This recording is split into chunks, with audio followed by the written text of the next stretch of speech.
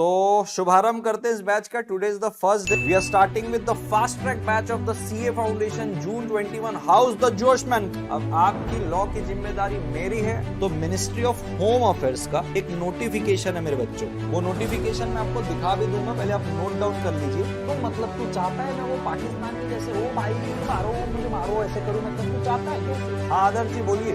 और मैं अभी लॉज में गया तो लॉज बंद था। ठीक है, तो क्या मैं फाइल शूट कर सकता हूँ? जो वादा किया वो निभाना पड़ेगा।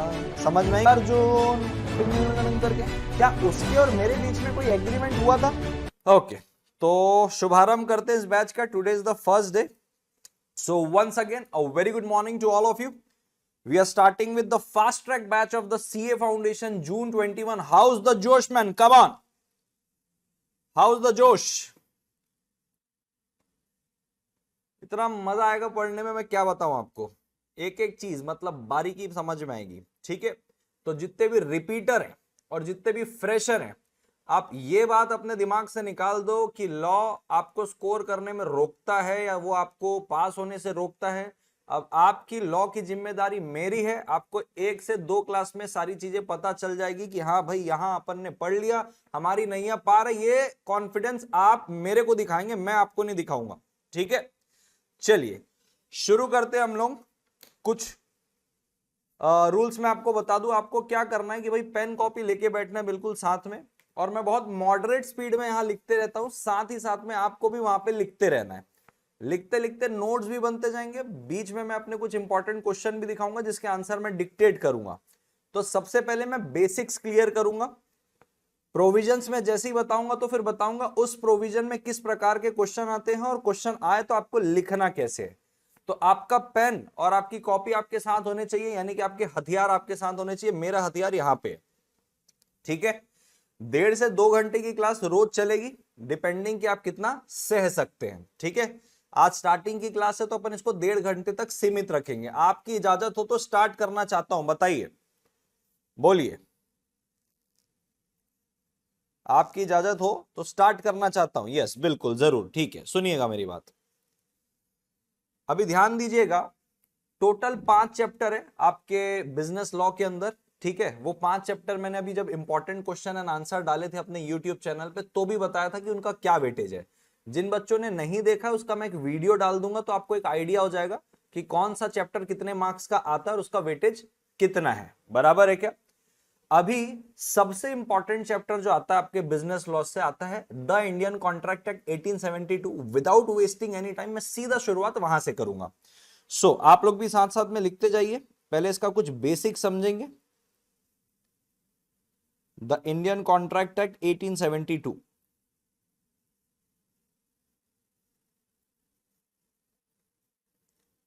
ठीक है, ये बिजनेस लॉ का आपका पहला चैप्टर होता है।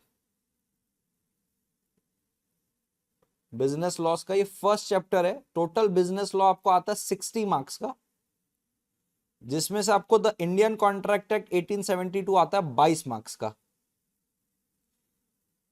इस 22 मार्क्स का मैं बाइफर्केशन आपको बताना चाहता हूं।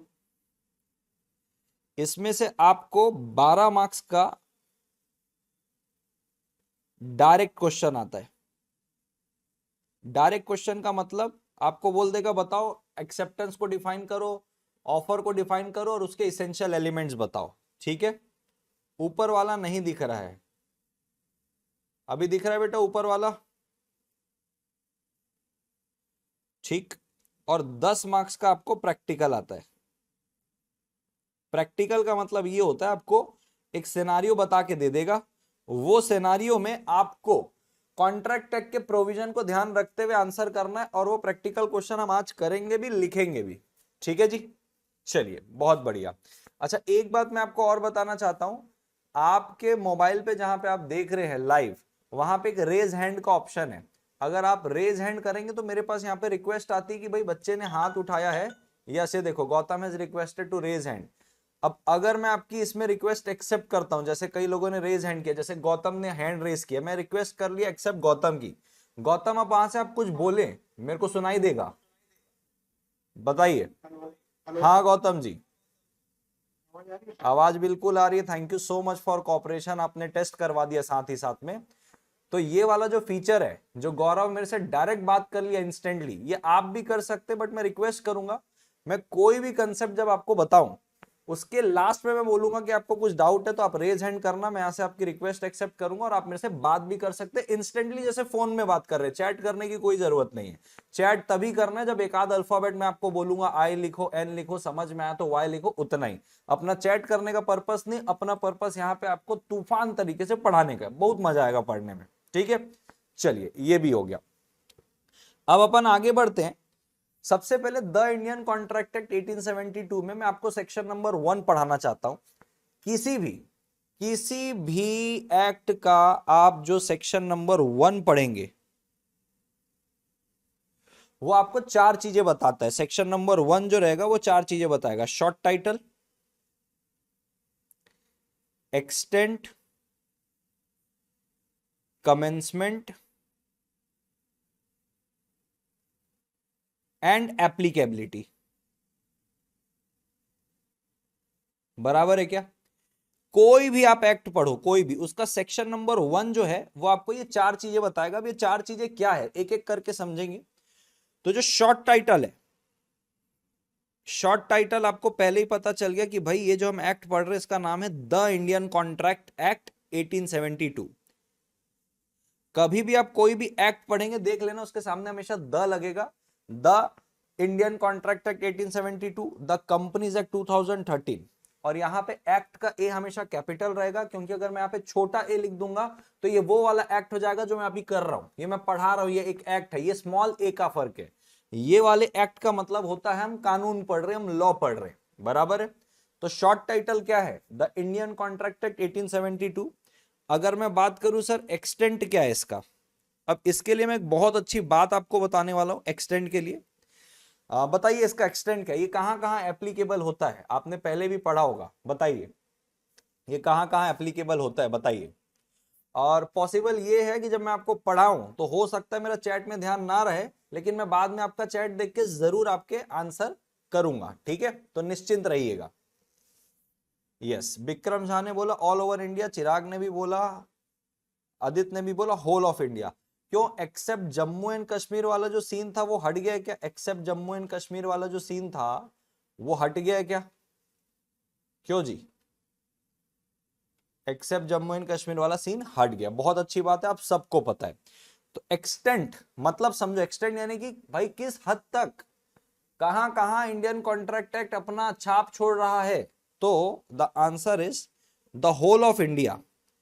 अब इसमें पहले आता था एक्सेप्ट जम्मू एंड कश्मीर, बराबर है, अब नहीं आता एक्सेप्ट जम्मू एंड कश्मीर। उसका कारण है सेक्शन 370 नहीं बेटा, आर्टिकल 370 में अमेंडमेंट लाने की वजह से हम जो जम्मू एंड कश्मीर को पहले ऑटोनॉमस स्टेटस का दर्जा देते थे वो दर्जा हमने उनसे छीन लिया है। उसकी कहानी बहुत लंबी है जो मैं अपने रेगुलर लेक्चर में बताता हूं, बट अभी एग्जाम पॉइंट ऑफ व्यू से वो इतना रेलिवेंट नहीं है।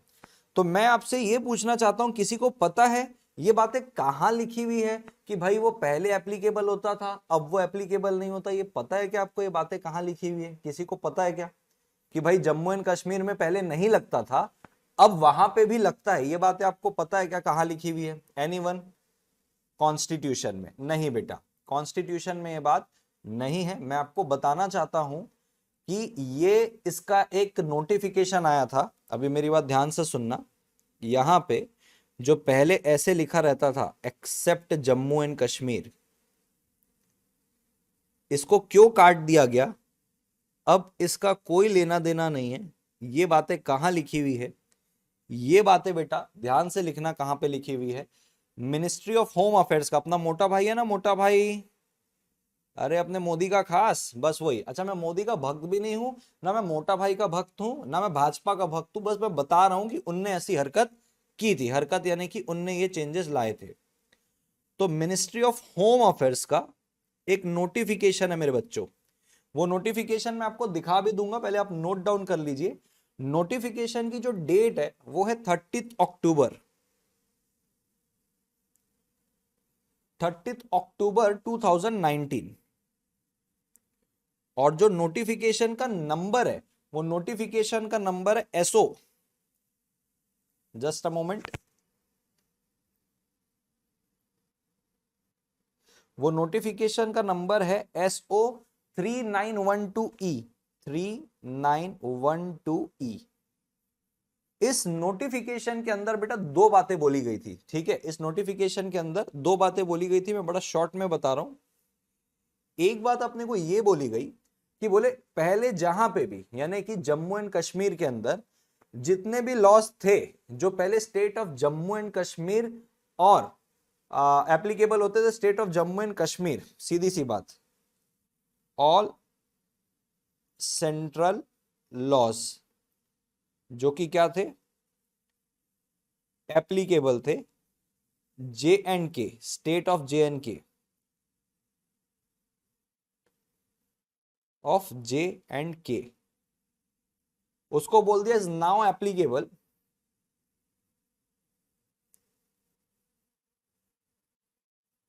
To union territory, union territory of J and K and Ladakh. ठीक है जी, एक ये बात। और दूसरी बात बोली थी जितने भी सेंट्रल लॉज हैं जो कि वर्ड देखो क्या यूज कर रहा हूं, वर नॉट एप्लीकेबल, जो कि एप्लीकेबल नहीं थे in state of J and K, now applicable in union territory. Same लिख देना, यूनियन टेरिटरी के बाद नीचे जो लिखे हो ना, now applicable in union territory of J and K and Ladakh. अब लिखने के बाद ये बात को समझ के लेना कि ये क्या बोलना चाह रहा है, अल्टीमेटली अपने को ये क्या सिखा रहा है। ठीक है, सो एक बार इसको मैं बड़ा कर लेता हूं ताकि आपको स्क्रीन में बेटर दिखाई दे। ठीक है, आपको अगर पता हो और ना पता हो तो भी बता दूं, पहले जम्मू एंड कश्मीर एक स्टेट हुआ करता था, बराबर है क्या, इसीलिए उसको ऑटोनॉमस स्टेट का दर्जा दिया जाता था। जब से उस आर्टिकल में अमेंडमेंट लाया है 370 के अंदर, जम्मू एंड कश्मीर को यूनियन टेरिटरी बना दिया। यूनियन टेरिटरी का मतलब जो सेंट्रल गवर्नमेंट एडमिनिस्टर करती है। तो पहले वो स्टेट था, बराबर है क्या, अब वो क्या हो गई, यूनियन टेरिटरी। मेरे को बताएगा इंडिया में और कौन कौन सी यूनियन टेरिटरी है जो कि सेंट्रल गवर्नमेंट रेगुलेट करती है। यूनियन टेरिटरी यानी कि उसको स्टेट का दर्जा नहीं है, उसको सीधा सेंट्रल के द्वारा एडमिनिस्टर किया जाता है। 7 और है, गौतम बिल्कुल सही बोल रहा है, चंडीगढ़ है, पौंडीचेरी है, आपका पंजाब है, दिल्ली है, बराबर है, दमन एंड दीव है, बहुत बढ़िया बेटा। तो पहले state of Jammu and Kashmir था, अब उसको क्या बोल दिया, यूनियन टेरिटरी। यानी कि आर्टिकल 370 में अमेंडमेंट तो लाया ही और साथ में उसको स्टेट का दर्जे से हटा के यूनियन टेरिटरी बोला। तो इस स्टेटस, इस नोटिफिकेशन के अंदर यह बोला कि पहले जितने भी लॉज थे ना जो state of Jammu and Kashmir में लगते थे, वो सारे लॉ अब यूनियन टेरिटरी में लगेंगे क्योंकि अब वो स्टेट नहीं रहा। तो चलो सर, यहां तक तो कुछ समझने की बात ही नहीं है, बराबर है क्या। ये क्या है सर, यहां से अपना मेन खेल शुरू होता है और इसकी वजह से ही, ये वाले पॉइंट की वजह से ही अब contract act, partnership, sale of goods act भी जम्मू एंड कश्मीर की यूनियन टेरिटरी में लगता है। कैसे, ये पॉइंट ने ये बोला जितने भी एक्ट, जितने भी सेंट्रल लॉस का मतलब जो पूरे इंडिया में एप्लीकेबल होते हैं, जो कि state of Jammu and Kashmir में एप्लीकेबल नहीं थे, जैसे कि contract act, sale of goods act, partnership, जो नहीं थे, अब वो एप्लीकेबल है। नाउ एप्लीकेबल कहां पे, union territory of Jammu and Kashmir and Ladakh, बराबर है क्या।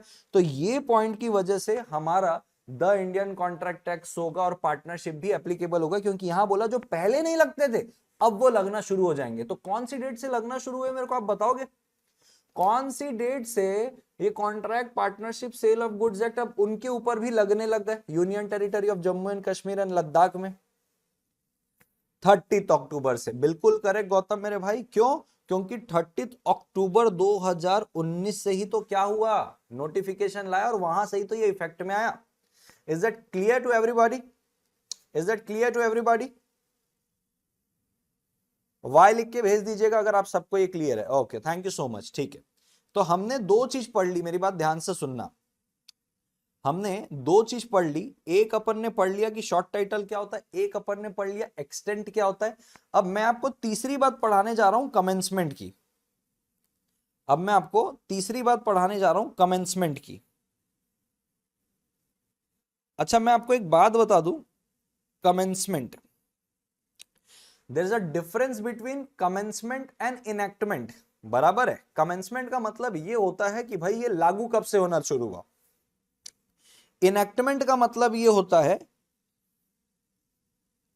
इनैक्टमेंट का मतलब ये होता है कि वो बना कब। अब जैसे कि एग्जांपल मैं अगर आपको दूं कि जैसे कि मैंने आज एक नियम बना दिया, बोले भाई मेरी क्लास में अगर 10:30 के बाद, यानी कि 10:40 बोल लो, 10:30 का बैच रहेगा, 10:40 के बाद अगर कोई आएगा तो मैं अलाउ नहीं करूंगा।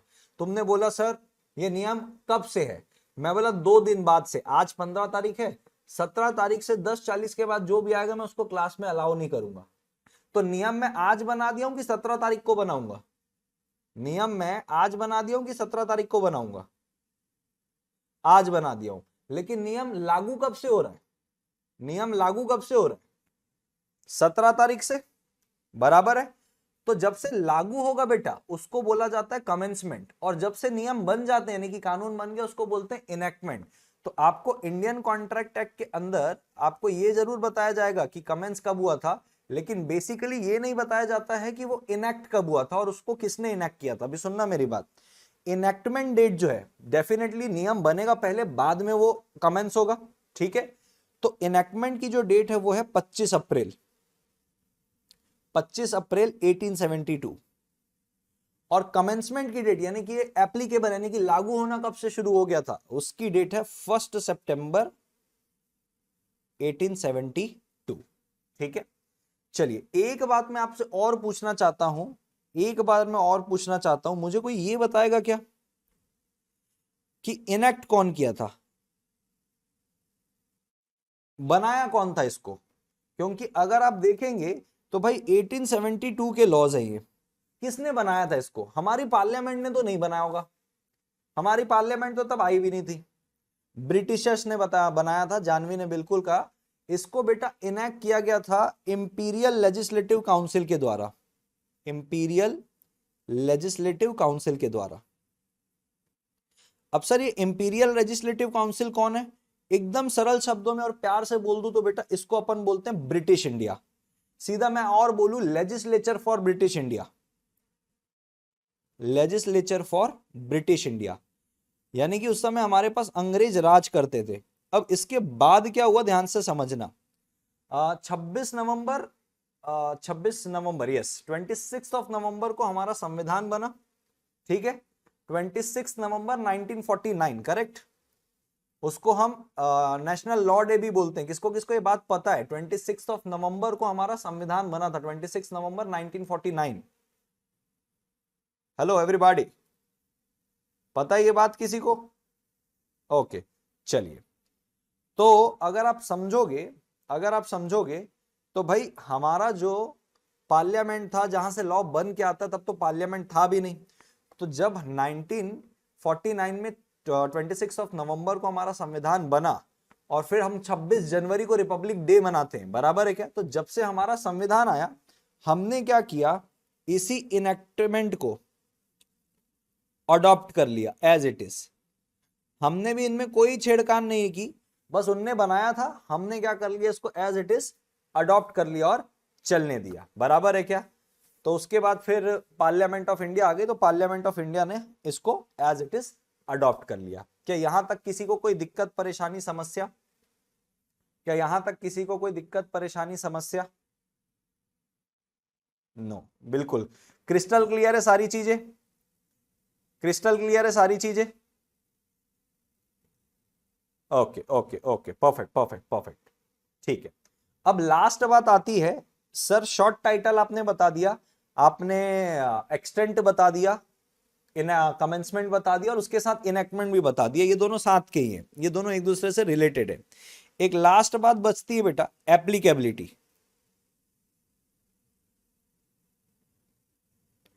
मुझे कोई बताएगा एप्लीकेबिलिटी इसकी किसके ऊपर होगी? इसकी एप्लीकेबिलिटी किसके ऊपर होगी?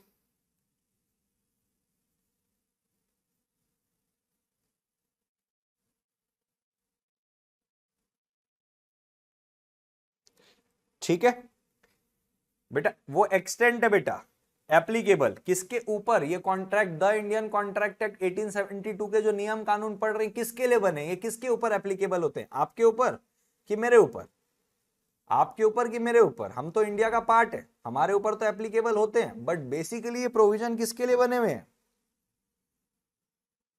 आप और मैं जो कॉन्ट्रैक्ट बनाएंगे ना, ये प्रोविजन उनके लिए बने हैं, तो ये कॉन्ट्रैक्ट पे एप्लीकेबल होगा, पूरे इंडिया में तो एप्लीकेबल होता ही है।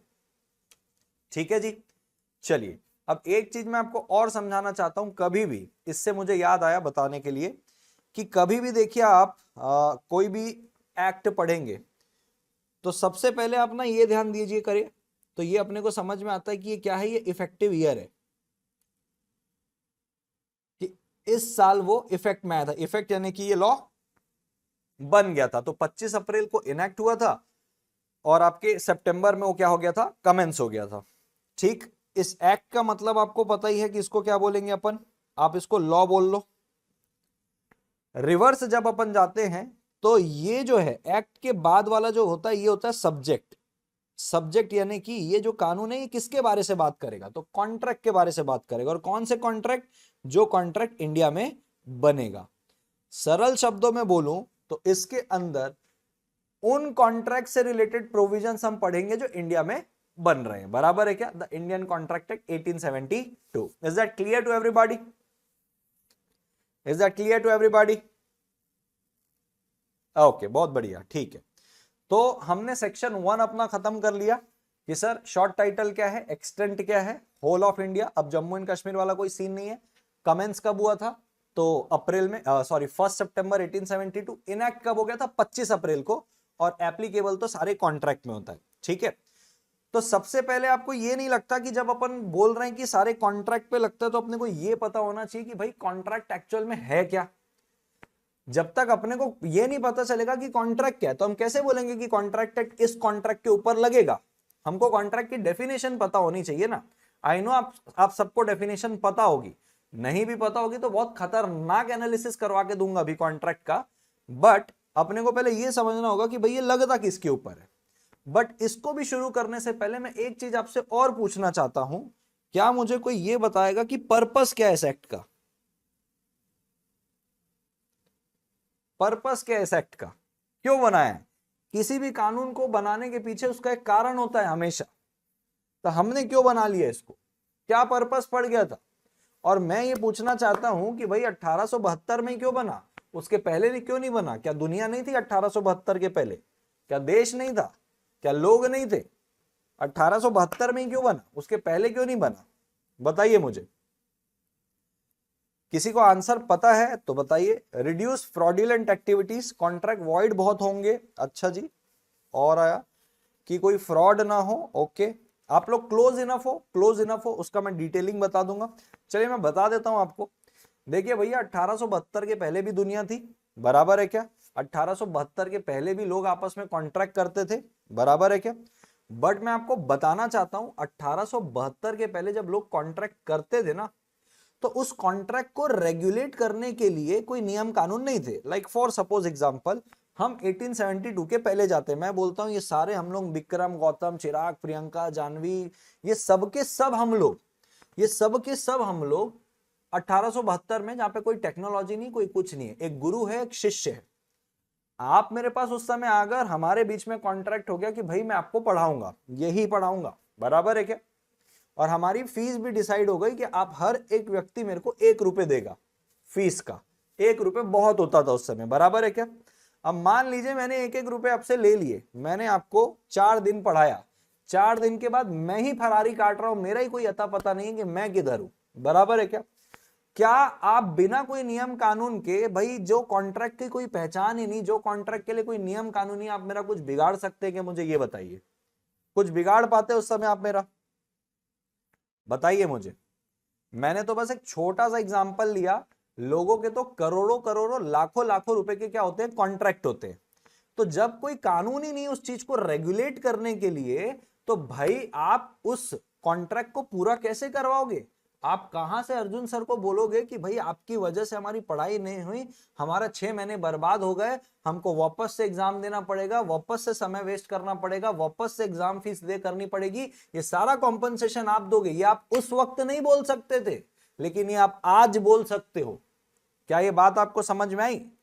ये आप आज बोल सकते हो, उस समय इसलिए नहीं बोल सकते थे क्योंकि आपके कॉन्ट्रैक्ट को रेगुलेट करने के लिए उस वक्त कोई भी कानून नहीं थे, लेकिन आज कानून है, और उस कानून का नाम है द इंडियन कॉन्ट्रैक्ट एक्ट 1872।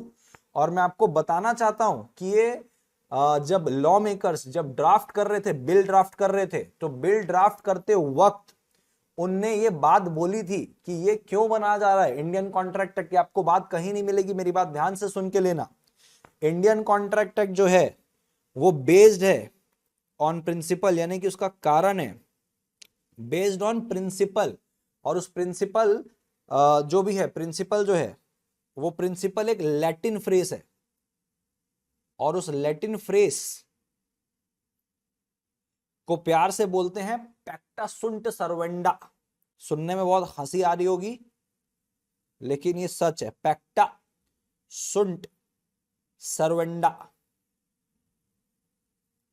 पैक्टा सुर सर्वेंडा का लिटरल मीनिंग जो है उसका मतलब ये है एग्रीमेंट्स, जस्ट अ मोमेंट,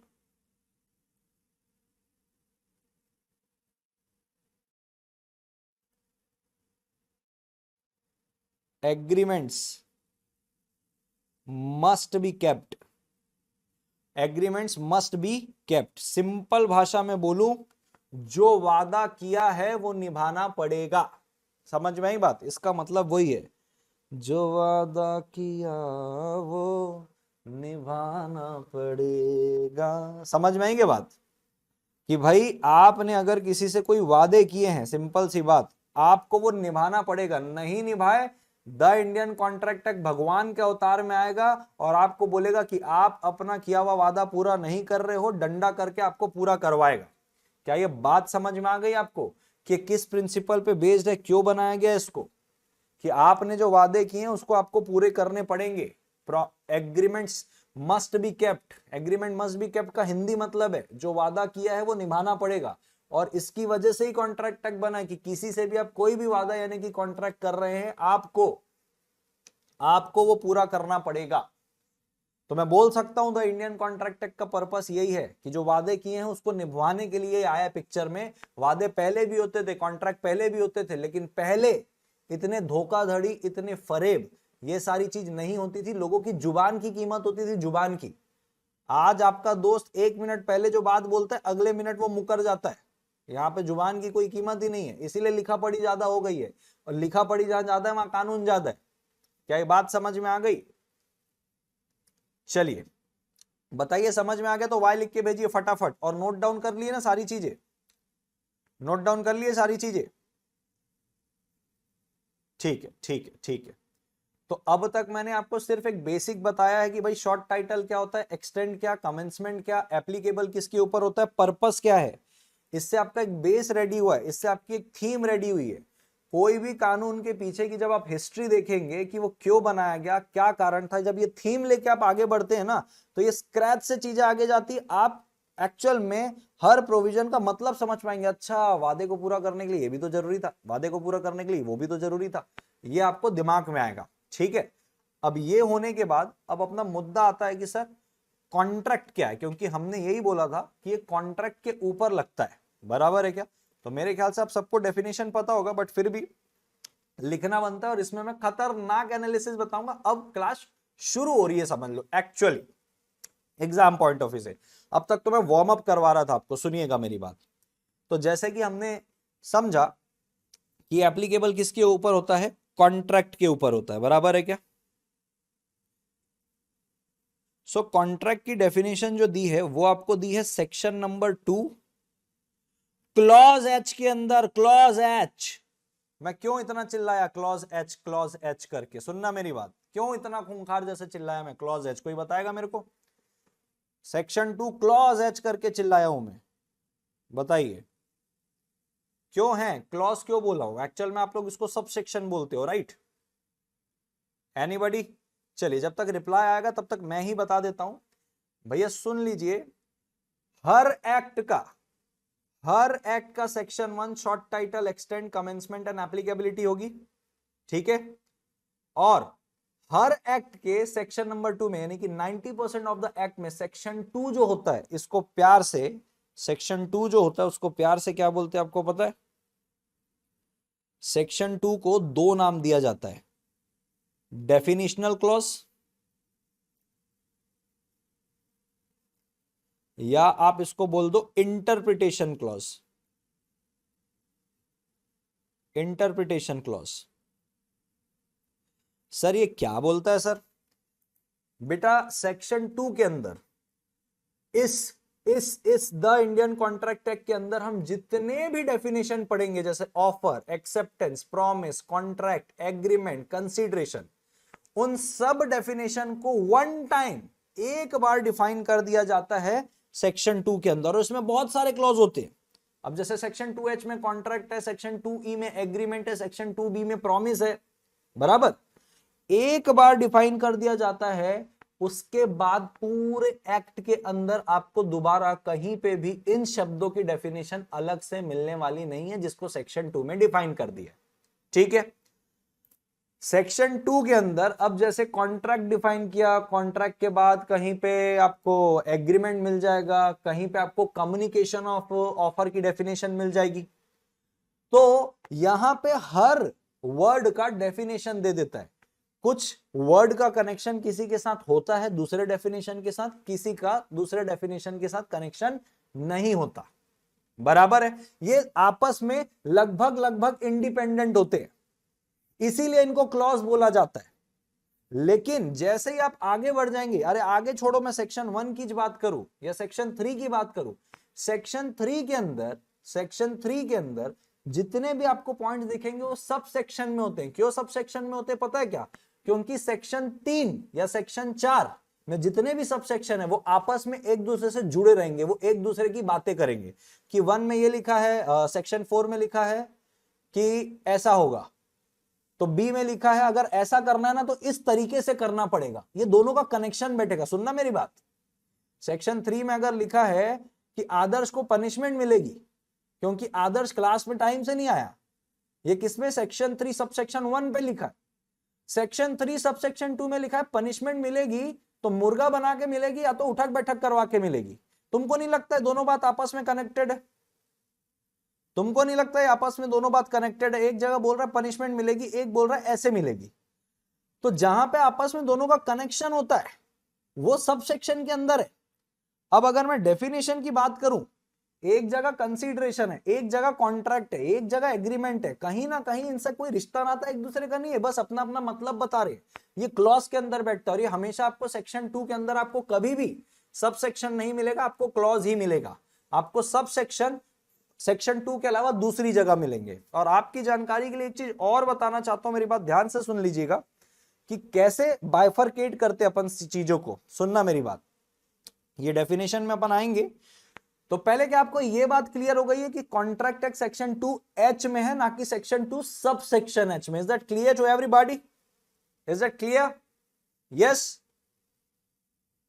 अरे क्लियर कि नहीं? ठीक है, बहुत बढ़िया, शानदार। सुनना भी मेरी बात, अभी सुनना। कभी भी आप कोई भी एक्ट पढ़ेंगे तो उसके बाइफरकेशन कैसे जाते हैं ये समझ के लीजिएगा। मैं बोलता हूं कि अगर मैं सेक्शन 3 की बात करूं, बराबर है, तो सेक्शन 3 के अंदर क्या क्या हो सकता है? तो ऐसे बोलेंगे सेक्शन 3 सब सेक्शन 2 मान लो मैं पढ़ रहा हूं तो इसको सब सेक्शन 2 बोलेंगे। फिर उसके अंदर क्लॉज आ जाएगा, मान लो ये क्लॉज, फिर मान लो और भी उसके अंदर है यानी कि क्लॉज के अंदर भी पॉइंट है तो उसको बोलेंगे सब क्लॉज। तो ये हो जाएगा सेक्शन, ये हो जाएगा सब सेक्शन, ये हो जाएगा क्लॉज और ये हो जाएगा सब क्लॉज, बराबर है। लेकिन सेक्शन 2 जहां पे डेफिनेशंस दी हुई है पूरी, उसको दो बोलते हैं, या तो डेफिनेशनल क्लॉज या तो इंटरप्रिटेशन क्लॉज, जो अपने को हर डेफिनेशन का मतलब बताता है। तो अगर आपका ये नोट डाउन हो गया तो मैं इजाजत चाहता हूं कि मैं फाइनली बढ़ जाऊं कि कॉन्ट्रैक्ट मतलब क्या। बहुत खतरनाक एनालिसिस है उसमें, कॉन्ट्रैक्ट मतलब क्या में। Is that clear to everybody? Okay चलो बढ़ता हूं मैं आगे। नोट डाउन हो गया सबका? Okay okay okay okay, done done done done done. चलिए तो सुनिएगा मेरी बात, साथ साथ में नोट करते जाइएगा। अगर किसी का नहीं हुआ है, वैसे तो स्पीड मेंटेन करके चलिएगा, मैं धीरे धीरे लिख रहा हूं, आप भी लिखते लिखते समझते रहिएगा। सुनिएगा मेरी बात। अब कॉन्ट्रैक्ट जो है सेक्शन 2H में, यानी कि सेक्शन 2 क्लॉज H में डिफाइन किया गया है। सीधी शब्दों में इसका जो डेफिनेशन जो आपको दिया हुआ है आपके मॉड्यूल में भी और बेयर एक्ट में भी, सुनिएगा। An agreement enforceable by law,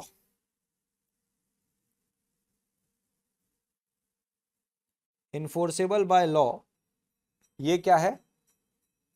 contract है, बराबर है। अब मैं इसका मतलब ये बोल सकता हूं क्या, an agreement enforceable by law को एकदम सरल शब्दों में और हिंदी में बताऊं, एकदम हिंदी में, हाँ एकदम एकदम तोड़ा ताड़ी मचा देंगे। सुनना मेरी बात, सुनना मेरी बात। ऐसे वादे जो लॉ पूरा करवाता है उसे कॉन्ट्रैक्ट बोलते हैं। क्या मैं ऐसा लिख सकता हूं क्या? आपकी इजाजत हो तो मैं ऐसा लिख सकता हूं क्या? ये बेयर लैंग्वेज है, ये बेयर लैंग्वेज है, ये अर्जुन छाबड़ा लैंग्वेज है। क्या मैं ऐसे लिख सकता हूं? गौतम पूछ रहा है सर यही डिफरेंस है? डिफरेंस सेक्शन और क्लॉज के लिए पूछ रहे हो तो वही डिफरेंस है, ठीक है ठीक है। तो देखो क्या बोला, एन एग्रीमेंट इन्फोर्सेबल, इन्फोर्सेबल यानी कि ऐसे वादे जो कि लॉ इन्फोर्स कराएगा। आप अगर अपने वादे पूरे नहीं करोगे तो लॉ इन्फोर्स करवाएगा। तो हिंदी में क्या, ऐसे वादे जो लॉ पूरा करवाता है उसे कॉन्ट्रैक्ट बोलते हैं।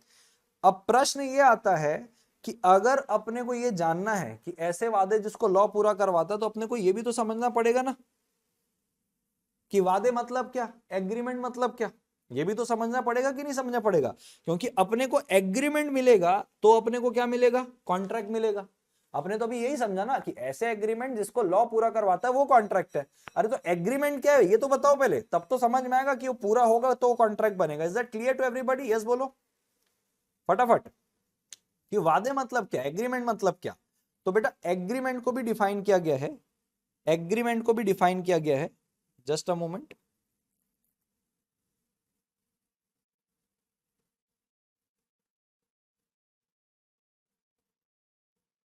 एग्रीमेंट को भी डिफाइन किया गया है सेक्शन 2 क्लॉज ई के अंदर। सेक्शन 2 क्लॉज ई के अंदर क्या बोल रहा हूं मेरे बच्चे, ध्यान से सुन। सेक्शन 2 क्लॉज ई याद करने का बताऊं, एग्री ई, सेक्शन 2 ई ऐसे करके याद रख लेना है, बराबर है क्या? अब सेक्शन 2 ई अपने को क्या बोलता है, ध्यान से सुनना।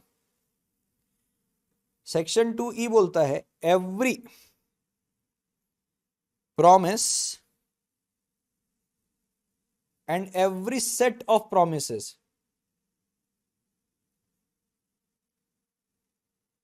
every promise and every set of promises,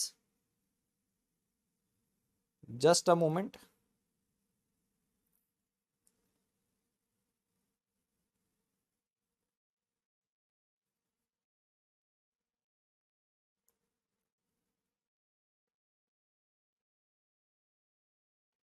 ठीक है।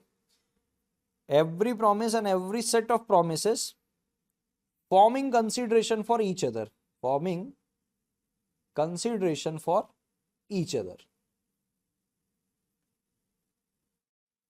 ठीक है। चलिए ध्यान से सुनना मेरे बच्चे, इसको बिल्कुल ध्यान से इसको सुन के समझ के लेना, ठीक। अब एग्रीमेंट की जो डेफिनेशन है सेक्शन 2E में बोला, तो बोले एग्रीमेंट यानी कि वादे का मतलब ऐसा है हर वो प्रॉमिस और एवरी सेट ऑफ प्रॉमिस। तो पहले ये समझ लो, मैंने आपको वादा किया मैं आपका 40 घंटे का बैच लूंगा, 1.5 घंटा रोज, बराबर है क्या? ये मेरे तरफ से क्या है, प्रॉमिस है। आपने मेरे को उसके बदले क्या दे दिया, फीस दे दी, बराबर है क्या? 1500 रुपए की आपने मुझे फीस दे दी। अब इसमें मैंने ये बोला, every promise and every set of promise में मैंने आपको वादा किया कि भाई मैं आपको क्या करवा दूंगा, बैच करवा के दे दूंगा, सारे इंपॉर्टेंट क्वेश्चन एंड आंसर करवा के दूंगा, राइटिंग प्रैक्टिस करवा के दूंगा, और आपको एग्जाम में कोई तकलीफ आने नहीं दूंगा। तुमको नहीं लगता ये सारे मेरे सेट ऑफ प्रॉमिस हो गए? क्योंकि मैंने बहुत सारी चीजें बोली ना कि इसमें ये भी रहेगा, ये भी रहेगा, ये भी रहेगा, ये सारे अपन वादे ही ना कर रहे हैं आपसे कि भाई 40 आवर्स का बैच रहेगा, 1.5 घंटा रोज रहेगा, ये रहेगा, वो रहेगा, ये वादे ही ना कर रहा हूं मैं आपसे। ठीक, तो every promise and every set of promise forming consideration for each other, forming consideration for each other. मुझे आप ये बताइए, मैं आपको क्या दे रहा हूं, उसके बदले आप मुझे क्या दे रहे हैं? मैं आपको क्या दे रहा हूं, उसके बदले आप मुझे क्या दे रहे हैं? मैं आपको क्लासेस की सर्विस प्रोवाइड कर रहा हूं, उसके बदले आप मुझे क्या दे रहे हैं? आप मुझे क्या दे रहे हैं? फीस दे रहे हैं। तो आपकी तरफ से कंसीडरेशन में आई मेरे को फीस, और मेरी तरफ से आपको कंसीडरेशन में आ रहा है फीस के बदले क्या? मेरी सर्विस। बराबर है क्या? तो मैं बोल सकता हूं कि कंसीडरेशन दोनों तरफ से आ रहा है, दोनों तरफ से कंसीडरेशन आ रहा है। बरोबर है? तो बोले इसी को एग्रीमेंट बोलते, इसी को एग्रीमेंट बोलते। अब प्रश्न आता है सर कंसीडरेशन का मतलब क्या है? तो बेटा कंसीडरेशन का मतलब सीधी सी बात है something in return, something in return. अभी मैं इसको थोड़ा सा और तोड़ूंगा, मेरी बात ध्यान से सुनना, ठीक है? Means both parties has consideration right, बिल्कुल करेक्ट। अब इनकेस मान लीजिए, अब इनकेस मान लीजिए लास्ट टाइम जब मैंने यही बैच लिया था तब मैंने इंडिपेंडेंस डे में ये गिफ्ट के तौर पे दे दिया था, फ्री में पढ़ाया था, बराबर है? और आपने फ्री में मेरी सर्विस ली थी, क्या तब आपके और मेरे बीच में कोई एग्रीमेंट हुआ था क्या?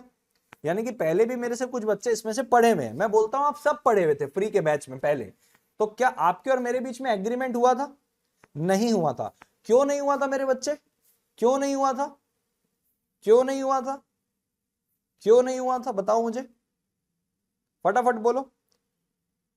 कोई फीस नहीं थी, इसका मतलब कोई कंसीडरेशन नहीं था, इसका मतलब कोई कंसीडरेशन नहीं था। अभी मेरी बात सुनिएगा, ध्यान से सुनिएगा। तो आपके हिसाब से मैं ये बोल सकता हूं कि agreement is equal to promise plus consideration. मैं ऐसे बोल सकता हूं कि भाई प्रॉमिस और कंसीडरेशन जब दोनों होगा तब एग्रीमेंट बनेगा, क्योंकि मैंने प्रॉमिस किया था कि मैं आपको फ्री में पूरे बैच पढ़ाऊंगा, ये तो मेरे तरफ से कंसीडरेशन हुआ ना, ये तो मेरा वादा हुआ, आपने तो मुझे कुछ नहीं दिया था। यानी कि आपके केस में उस वक्त कंसीडरेशन नहीं था, तो आपका एग्रीमेंट नहीं था। Is that clear to everybody? Is that clear to everybody? Is that clear to everybody? Hello, yes तो बोल दो। ठीक है, ठीक है, ठीक है, ठीक है, ठीक है, ठीक है। अब मैं इस समथिंग इन रिटर्न और यहां पे एक बात और बोली है, for each other. For each other का मतलब यहां पे समझना। अब अगर मान लीजिए मैं जा रहा था रास्ते से, बराबर है, एक मेरे को बड़ी सुंदर सी नारी दिखी, बड़ी सुंदर सी नारी, ठीक है? कितनी सुंदर मैं आपको एक बार दिखा देता हूं, कितनी सुंदर थी एक बार दिखा देता हूं, एक सेकंड रुको।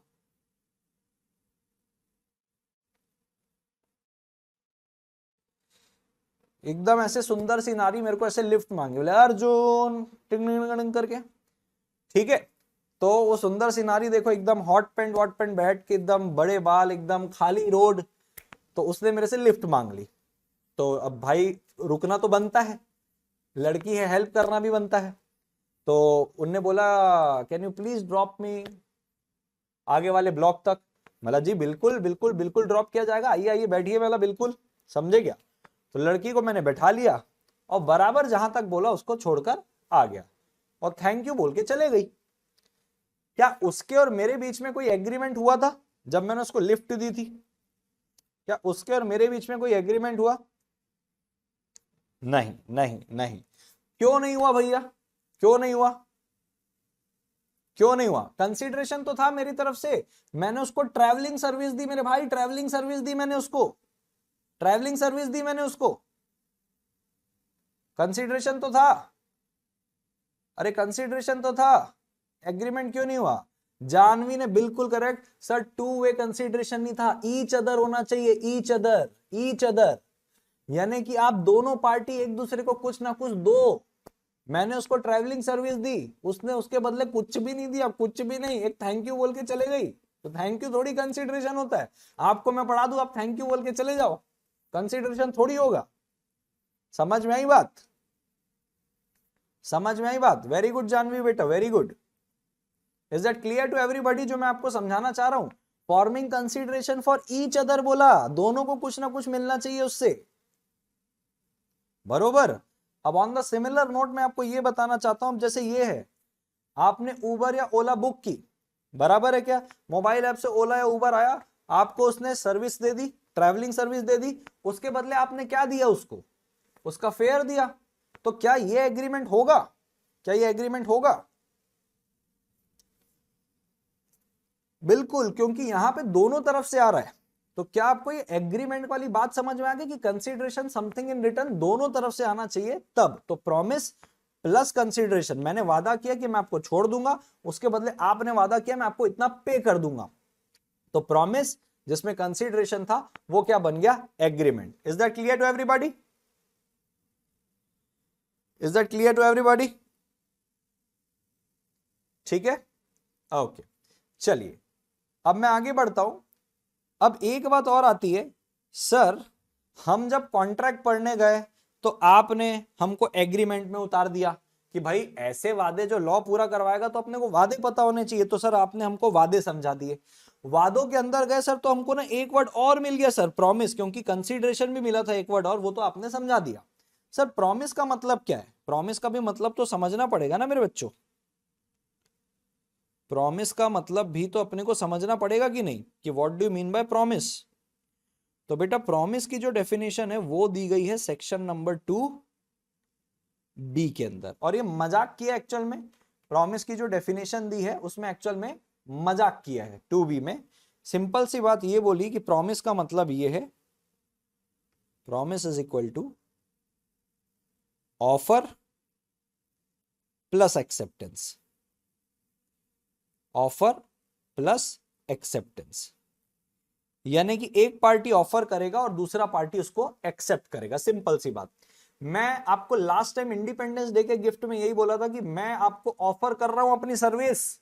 इंडिपेंडेंस डे गिफ्ट में मैं अपनी पूरी सर्विस फ्री में बांट रहा हूं, आइए लेके जाइए। जितने लोगों ने आके यूट्यूब लाइव सेशन फ्री में अटेंड किया, आप सबने एक्सेप्ट किया, क्या मैं मान सकता हूं ऐसा? और जब मैंने बोला कि मैं फ्री में पढ़ा रहा हूं, 15 अगस्त को आइए फ्री में लाहा उठा के जाइए, क्या मैं ऑफर किया? हाँ, आपने अटेंड किया, आपने एक्सेप्ट किया। तो मैं क्या बोल सकता हूं कि वो प्रॉमिस हो गया था? मैं बोल सकता हूं वो प्रॉमिस हो गया था, ठीक है। लेकिन मुझे बताइए, क्या जो 15 अगस्त को जो अपन ने किया था वो प्रॉमिस था कि वो एग्रीमेंट था? 15 अगस्त वाला जो मैंने गिफ्ट दिया था वो प्रॉमिस था कि वो एग्रीमेंट था जो मैंने फ्री में पढ़ाया था? जो मैंने फ्री में पढ़ाया था प्रॉमिस था। इट वॉज अ मियर प्रॉमिस, सिर्फ प्रॉमिस था, वो एग्रीमेंट नहीं था। लेकिन अभी जो मैं कर रहा हूं, अभी अभी अभी अभी अभी अभी अभी जो मैं कर रहा हूं, ये एग्रीमेंट है कि प्रॉमिस है? ये एग्रीमेंट है कि प्रॉमिस है? अभी जो मैं कर रहा हूं ये एग्रीमेंट है। क्यों सर? वो वाले समय में कंसीडरेशन नहीं था और ये वाले समय में क्या है? कंसीडरेशन है। समझ में आई बात? यानी कि सर सिंपल सी बात है, अगर प्रॉमिस में कंसीडरेशन है तो वो एग्रीमेंट है, अगर प्रॉमिस में कंसीडरेशन नहीं है तो वो सिर्फ और सिर्फ क्या है? प्रॉमिस है। सिंपल, और सिंपल कर देता हूं, आइए मैं बोल सकता हूं कि agreement is equal to offer plus acceptance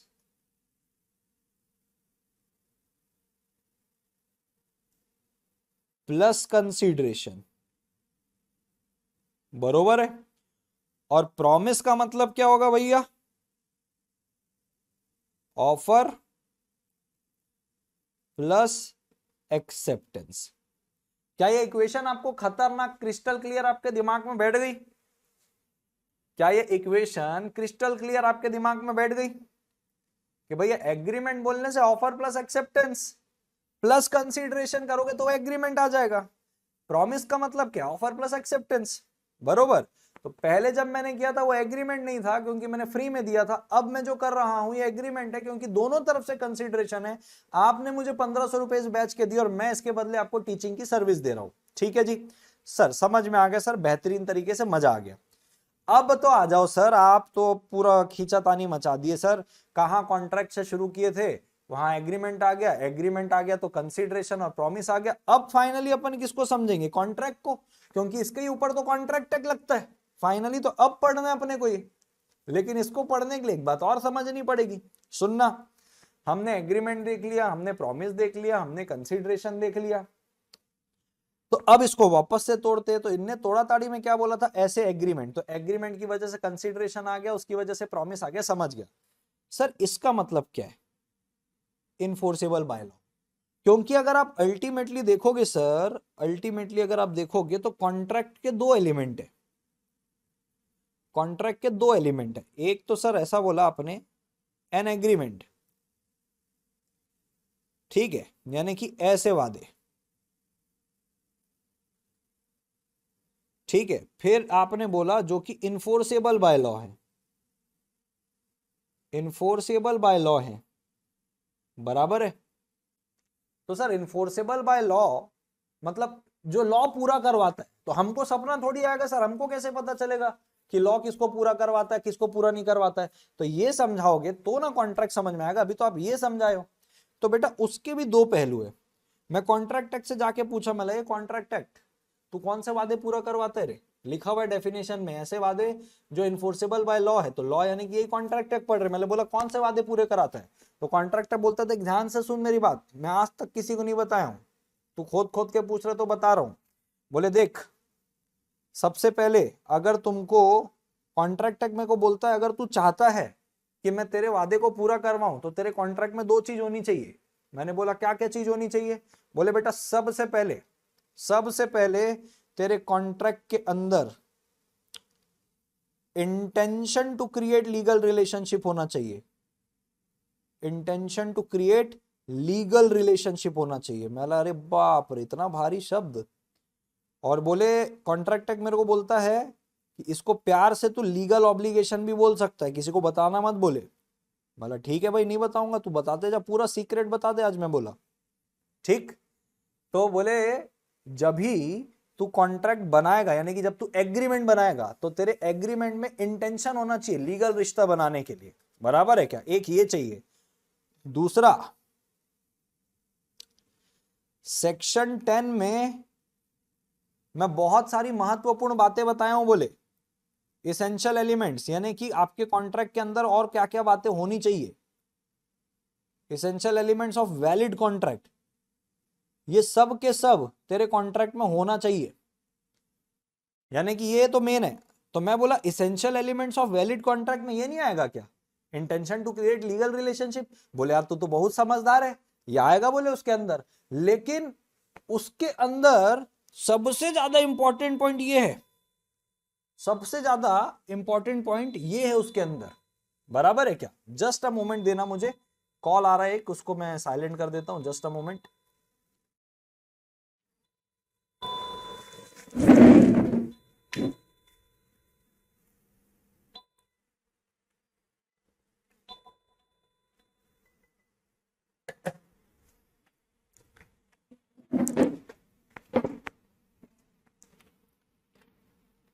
हाँ जी, सुनिएगा मेरी बात। तो मैंने कॉन्ट्रैक्ट को बोला कि बोला भाई जब तू बोल रहा है इसेंशियल एलिमेंट्स, तो इसेंशियल एलिमेंट्स के अंदर ये नहीं आएगा।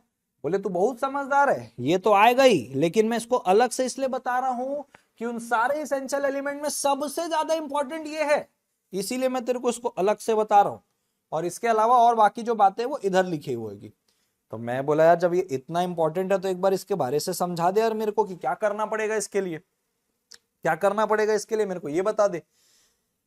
तो बोले देख, intention to create legal relationship का मतलब ये है, intention to create legal relationship का मतलब ये है कि जब तू किसी के साथ वादा कर रहा है ना, यानी कि जब तू किसी के साथ एग्रीमेंट कर रहा है ना, प्रॉमिस, ऐसे वादे जो लॉ पूरा कराते हैं, यानी कि जब तू ये करेगा ना ये, तो तेरे दिमाग में ऐसा इंटेंशन होना चाहिए कि अगर ये सामने वाला अपना वादा पूरा नहीं किया, मैं कोर्ट में केस कर देगा।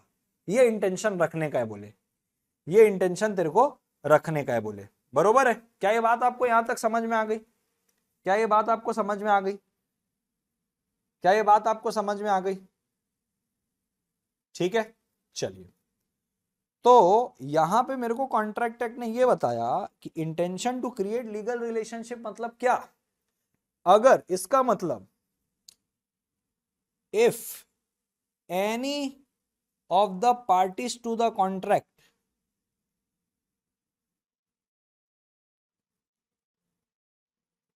मेक्स डिफॉल्ट, कोई भी पार्टी अगर क्या कर रही है, डिफॉल्ट कर रही है, तो अपोजिट पार्टी जो है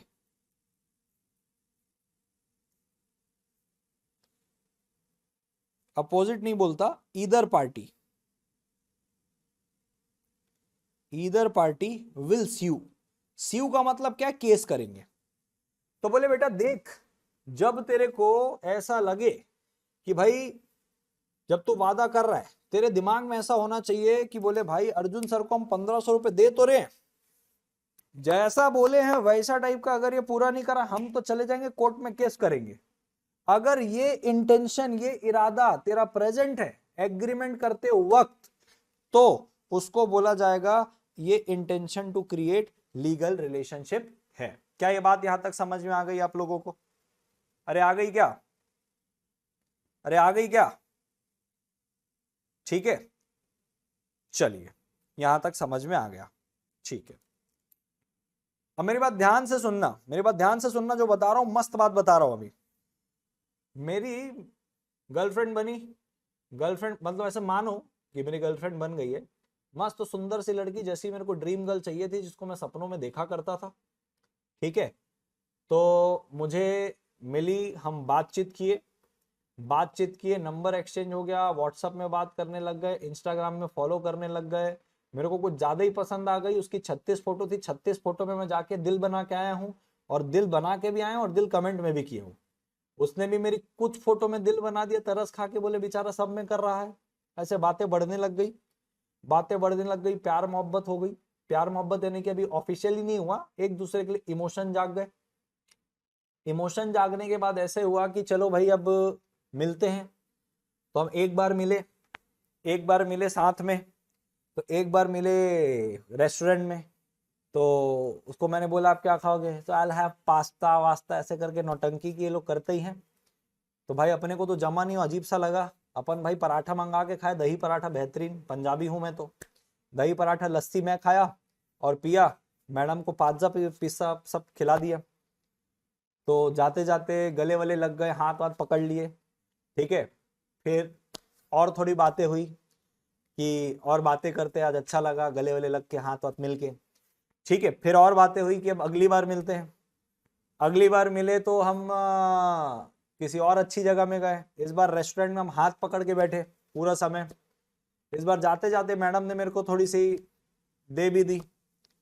अब ऐसा हुआ कि अब जब बातें बढ़ गई, हम फाइनली सोचे कि भाई अब ऑफिशियल हो गया सब, तो भाई प्रपोजल अपोजल हो गया, एक्सेप्टेंस हो गया, मतलब चलो अब एक हफ्ते भर के लंबे टूर में चलते हैं, गोवा, मनाली, शिमला। इंटेंशन समझ पा रहे हो?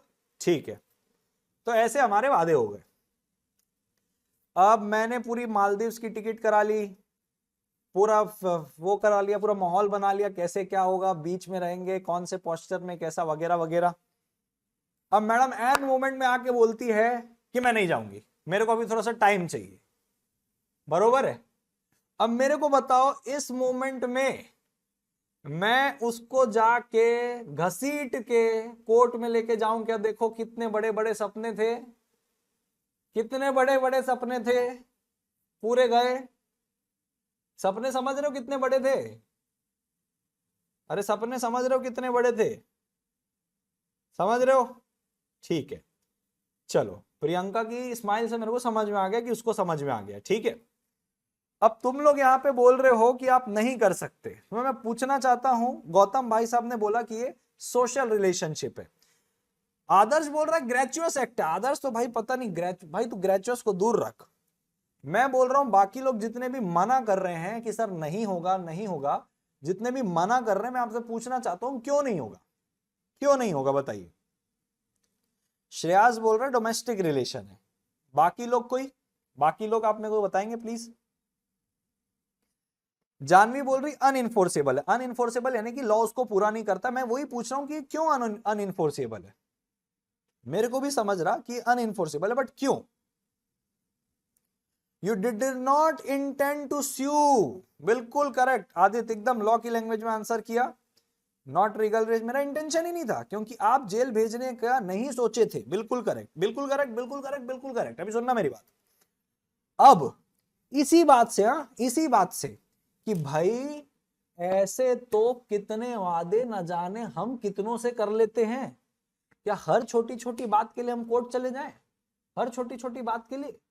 कल को मैं तुमको बोल दिया कि भाई तुम्हारा बैच खत्म हो जाएगा तो मैं तुमको पार्टी दूंगा, बैच खत्म हो गया मैंने पार्टी नहीं दिया, साला तुम मेरे को केस कर दिए, इतना पढ़ाया उसका कोई कीमत नहीं, तो हर छोटी छोटी बात में केस करने चले जाओगे क्या? बरोबर है। तो इससे एक बात सुनना, ध्यान से सुनना, एक मजेदार बात। तो मैं कॉन्ट्रैक्ट तक के पास गए बात को लेके कि मेला देख यार मेरे साथ ऐसे ऐसे हो गए, मेरे बड़े बड़े सपने में पूरे धोखे हो गए, बराबर है। कॉन्ट्रैक्ट तक बोला तू एक नंबर का मूर्ख आदमी। बोले बोला क्यों? बोले देख एक बात और बताता हूं, तेरे साथ बीत गई है इसलिए बताता हूं। बोले कॉन्ट्रैक्ट एक्ट के अंदर एक यूजुअल प्रिजम्पशन है मेरे भाई। बोला क्या बात कर रहा है यार, नया नया बात निकाल के ले आ रहा है। बोले कॉन्ट्रैक्ट एक्ट के अंदर मेरे भाई एक यूजुअल प्रिजम्पशन है, यूजुअल प्रिजम्पशन। यूजुअल प्रिजम्पशन मतलब मैं बोला आम तौर पे कॉन्ट्रैक्ट एक्ट ऐसा मानता है। मतलब क्या मानता है भाई? बोले कॉन्ट्रैक्ट एक्ट आम तौर पे मानता है, usual presumption of contract act. मेरी बात ध्यान से सुनो मेरे बच्चों, कहीं नहीं मिलने वाला ये बात, मैं पहले ही बोल दे रहा हूं आपको, देख लेना आप। कॉन्ट्रैक्ट एक्ट एक यूजुअल प्रिजम्पशन मानता है। मतलब मुंह से बोल क्या मानता है? बोले देख बेटा, बिजनेस और कमर्शियल नेचर के, बिजनेस और कमर्शियल नेचर के जो एग्रीमेंट होते हैं ना, उसमें कॉन्ट्रैक्ट एक्ट मान के चलता है, अज्यूम कर लेता है कि इसमें intention to create legal relationship होगा। मान लेता है वो, intention to create legal relationship होगा, ऐसा वो मान लेता है। मतलब अच्छा। और मैं बोला हमारे भैया, हमारा वाला जो था, इतना बड़ा बड़ा जो सपना देखा था, तो बोले तुम्हारा क्या था? तो बोले तुम्हारा ना सोशल था बेटा, सोशल में तेरा शोषण हो गया। बोले सोशल और डोमेस्टिक नेचर का था, तेरा घरेलू था, आपसी था। मतलब अच्छा, इतना बड़ा बड़ा मार रहा है। तो बोले सोशल और डोमेस्टिक नेचर के जो एग्रीमेंट होते हैं उसमें अज्यूम कर लेता है कॉन्ट्रैक्ट एक्ट कि no intention to create legal relationship. मैं बोला यार तू गजब आदमी यार, कॉन्ट्रैक्ट एक्ट, ये बात मेरे को पहले बताता तो मैं पहले ही लिखवा लेता उससे व्हाट्सएप में कि मेरे सपनों को धोखा देगी तो मैं कोर्ट ले जाऊंगा तेरे को। तो बोले मेरे को थोड़ी पता था ऐसे ऐसे सपने हैं तेरे, शादी की बात करना था बोले ऐसे सपने, तो फिर तो कॉन्ट्रैक्ट की भी जरूरत नहीं होती। बोले मैं बोला चल ठीक है, अगली बार ध्यान रखूंगा, ठीक है। तो मैं बोला कि मान ले, मैं चल अब मेरे को ये सीक्रेट पता चल गया, मेरे को ये सीक्रेट पता चल गया है, तो मैंने मान ले अब जब मेरे दोबारा उससे ये बात हो जाती है मैं उसको कन्विंस कर लेता हूँ मेरे सपनों के लिए, और इस बार मैं उसको बोल देता हूँ देख बेटा इस बार तू मालदीव नहीं गई और हमारा जो भी डिस्कशन हुआ है वैसी चीजें नहीं हुई तो मैं तेरे को कोर्ट ले जाऊंगा घसीट के। उसने बोला हाँ ले जाना। मैं तुरंत कॉन्ट्रैक्टर के पास गया, मैं देख इस बार देख व्हाट्सएप का चैट है, देख बोल दिया कोर्ट घसीट के लेके जाऊंगा, इस बार अगर मिला नहीं कुछ भी मेरे को तो बरोबर है क्या? वो कॉन्ट्रैक्टर बोला हाँ अब हो जाएगा, अब हो जाएगा, अब हो जाएगा। तो मैं बोला साले फिर तू मेरे को क्यों बोला, ये यूजुअल प्रिजम्पशन है, हो तो रहा है ना।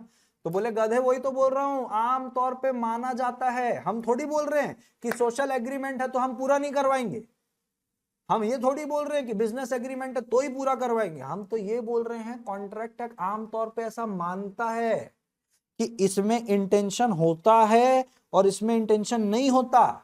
इसीलिए जो सोशल एग्रीमेंट होते हैं ना, क्योंकि ऐसा हम मानते हैं कि इसमें इंटेंशन नहीं होता, तुम प्रूफ कर दो कि हमारा इंटेंशन था। मैं हाँ दे देख व्हाट्सएप का चैट है देख देख, बोले हाँ प्रूफ हो गया, मैं पूरा करवाऊंगा, तू देख अब मना करके दिखाने दे। बोले तो मैं इधर प्रूफ दिखाने की जरूरत नहीं क्या? बोले गधे वही तो बोल रहा हूं, इधर हम लोग मान के चलते हैं। अब देख सीधी सी बात है, बोले तू अपने बच्चों को पढ़ा रहा है, बोले मैं हाँ, तो बोले 1500 रुपए लिया तू उन सब से? बोला हाँ। पढ़ाऊंगा? बोला हाँ। बोले तू पैसा लेने के बाद मत पढ़ा, देख फिर तमाशा। बोले मतलब हाँ यार बात तो सही। बोले ऑब्वियस सी बात है, बुद्धि लगा ना, कॉमन सेंस लगा थोड़ा सा, ये कमर्शियल नेचर का है, ये बिजनेस नेचर का है। अब ये सारे फालतू बात है, तू अपने बच्चों को बोला कॉफी पिलाए, तेरे बच्चे आ गए कॉन्ट्रैक्ट है कॉन्ट्रैक्ट है, कॉफी नहीं पिलाया, मैं 2 लपड़ मार के भगा दूंगा। बोले बरोबर है ना? तो इसलिए हम ऐसे मानते हैं। अब तू ये प्रूफ करा दे, तेरे बच्चे भी चैट लेके आ जाए कि हाँ बच्चों मैं तुमको कॉफी पिलाऊंगा, तो आप बच्चों ने रिप्लाई किया सर नहीं पिलाओगे तो कोर्ट घसीट के लेके जाएंगे सर, पिछली बार भी बोले तो, और मजाक नहीं कर रहे हैं, तुमने बोल दिया हाँ चले जाना, अब हम कॉफी भी पिलवाने के लिए तुम्हारा एग्रीमेंट को पूरा करवाएंगे। ऐसा मानता है। ये बहुत फालतू एग्जाम्पल दिया हूं, बट हो जाएगा। इसमें ऊपर क्वेश्चन भी कराऊंगा प्रैक्टिकल, इससे ही मिलता जुलता। तुमको मेरी बात समझ में आई कि नहीं आई? तुमको मेरी बात समझ में आई कि नहीं आई? बरोबर? तो भाई अब तक जितने भी लोगों ने ये पढ़ा है कि भाई, जितने भी लोगों ने ये पढ़ा है कि भाई सोशल वादे पूरे नहीं होते हैं, भाई गलत बात है। सोशल वादों में भी अगर आपने ये इंटेंशन दिखा दिया कि मेरा इरादा था ये पूरा नहीं हुआ तो मैं इसको इन्फोर्स करवाऊंगा, कॉन्ट्रैक्ट तक उसको पूरा करवाएगा। सर इस बात का आपके पास कोई प्रूफ है? मेरे पास बिल्कुल प्रूफ है। मेरी बात ध्यान से सुनना। मैं सीधी सी बात बोलूं कि भाई चाहे बिजनेस नेचर का हो चाहे सोशल नेचर का एग्रीमेंट हो, अगर intention to create legal relationship है, कॉन्ट्रैक्ट एक्ट उसको पूरा कराएगा और वो कॉन्ट्रैक्ट कहलाएगा। क्या मैं बोल सकता हूं? क्या मैं बोल सकता हूं? ठीक है, ठीक है। अब मैं तुमको एक बात और बताऊं क्या? मान लीजिए बिजनेस है, मान लीजिए कमर्शियल नेचर का एग्रीमेंट है, लेकिन intention to create legal relationship, intention to create legal relationship नहीं है, तो क्या वो कॉन्ट्रैक्ट कहलाएगा? तो क्या वो कॉन्ट्रैक्ट कहलाएगा? Intention to create legal relationship नहीं है तो क्या वो कॉन्ट्रैक्ट कहलाएगा? नहीं। तो वो क्या कहलाएगा? अगर कॉन्ट्रैक्ट नहीं कहलाएगा तो क्या कहलाएगा? सिर्फ एग्रीमेंट। वो सिर्फ एग्रीमेंट है, क्योंकि आपका intention to create legal relationship नहीं था, उसको वो पूरा नहीं कराएगा तो सिर्फ एग्रीमेंट कहलाएगा। बराबर? अब मुझे एक बात बताना, इसी सिचुएशन में आप लोग सारे मेरे बच्चे, आप सारे मेरे बच्चे बराबर, आप मेरे से 11th 12th से पढ़े हुए थे, 11th आप मेरे से पढ़े, 12th आप मेरे से पढ़े, फाउंडेशन में जब आप आए आप सबसे मैंने पैसे ले लिए, बराबर है क्या? और आपने ये भरोसे में कि भाई 11वीं 12वीं में भी सर हमको पढ़ाया था, इतना भरोसा है, आपने सब ने 10-10 हजार रुपए फीस दी लॉ की, ये भरोसे में कि तो अपना सर है यार, ये तो पूरा पढ़ा के ईमानदार है एक नंबर का, मैं आपके सबका 10-10 हजार रुपए लेके भाग गया। किसी ने भी सोचा था ये भागेगा, और किसी ने भी सोचा था कि पढ़ाएगा नहीं तो मैं इसके ऊपर केस करूंगा? एक्चुअल में देखोगे तो ये बिजनेस नेचर का, कमर्शियल नेचर का एग्रीमेंट है, लेकिन किसी ने भी सोचा था ऐसा? किसी ने भी सोचा था ऐसा? किसी का भी इंटेंशन थी ऐसी? क्या ये कॉन्ट्रैक्ट है? क्योंकि यहां पे इंटेंशन ही नहीं था, कोई लिखा पढ़ी नहीं, ना मैंने आपको रसीद दी कि आपने मेरे को इतनी फीस दी है, सबूत भी क्या कि आपने मेरे को पैसे दिए। बरोबर? तो मैं बोल सकता हूं बिजनेस नेचर का भी एग्रीमेंट है, तो अगर intention to create legal relationship नहीं है तो वो कॉन्ट्रैक्ट में नहीं जाएगा, वो सिर्फ एग्रीमेंट रहेगा। बरोबर है? Clear to everybody? अब इसका एक मैं तूफान एग्जांपल आपको दे रहा हूं, तूफान, मजेदार, ठीक है? तूफान एग्जांपल,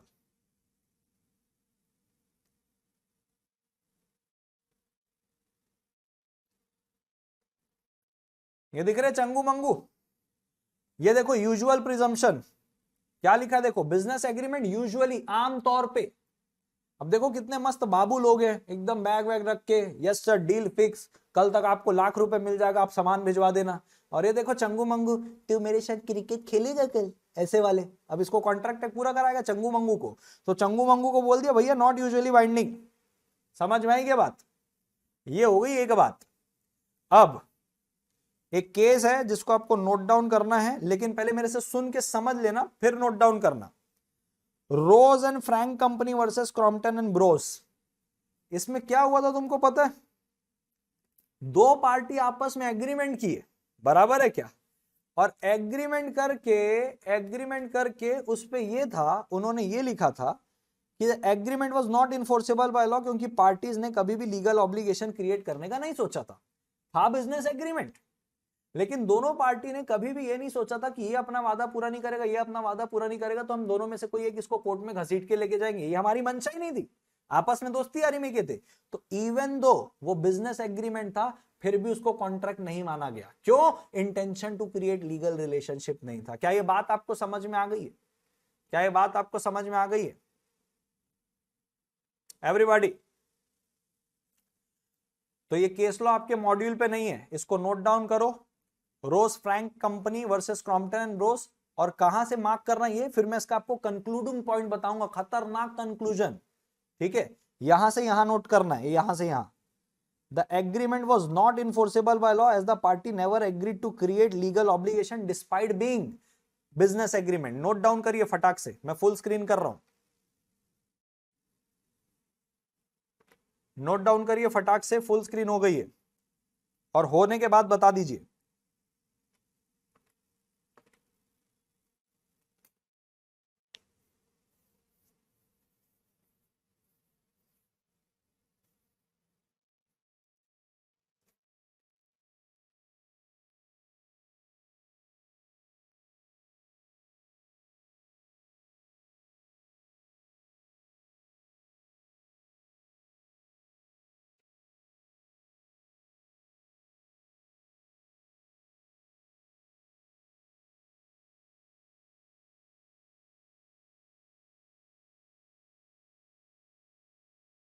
हो गया बच्चों?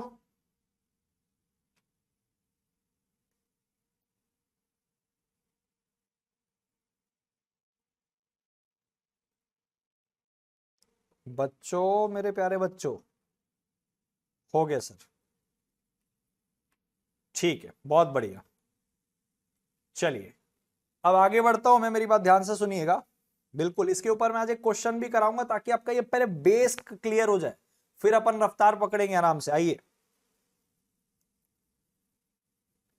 सुनिएगा मेरी बात, ये यूजुअल प्रिजम्पशन बरोबर। अब देखो, मैं आपको इतना कंक्लूडिंग इक्वेशन दूंगा कि आपके जीवन में कभी भी कोई डाउट नहीं आएगा। सुनना मेरी बात, मैं ऐसे बोल सकता हूं कि बिजनेस और कमर्शियल एग्रीमेंट, बिजनेस और कमर्शियल एग्रीमेंट, ठीक है, जहां पे नो इंटेंशन है, no intention to create legal relationship,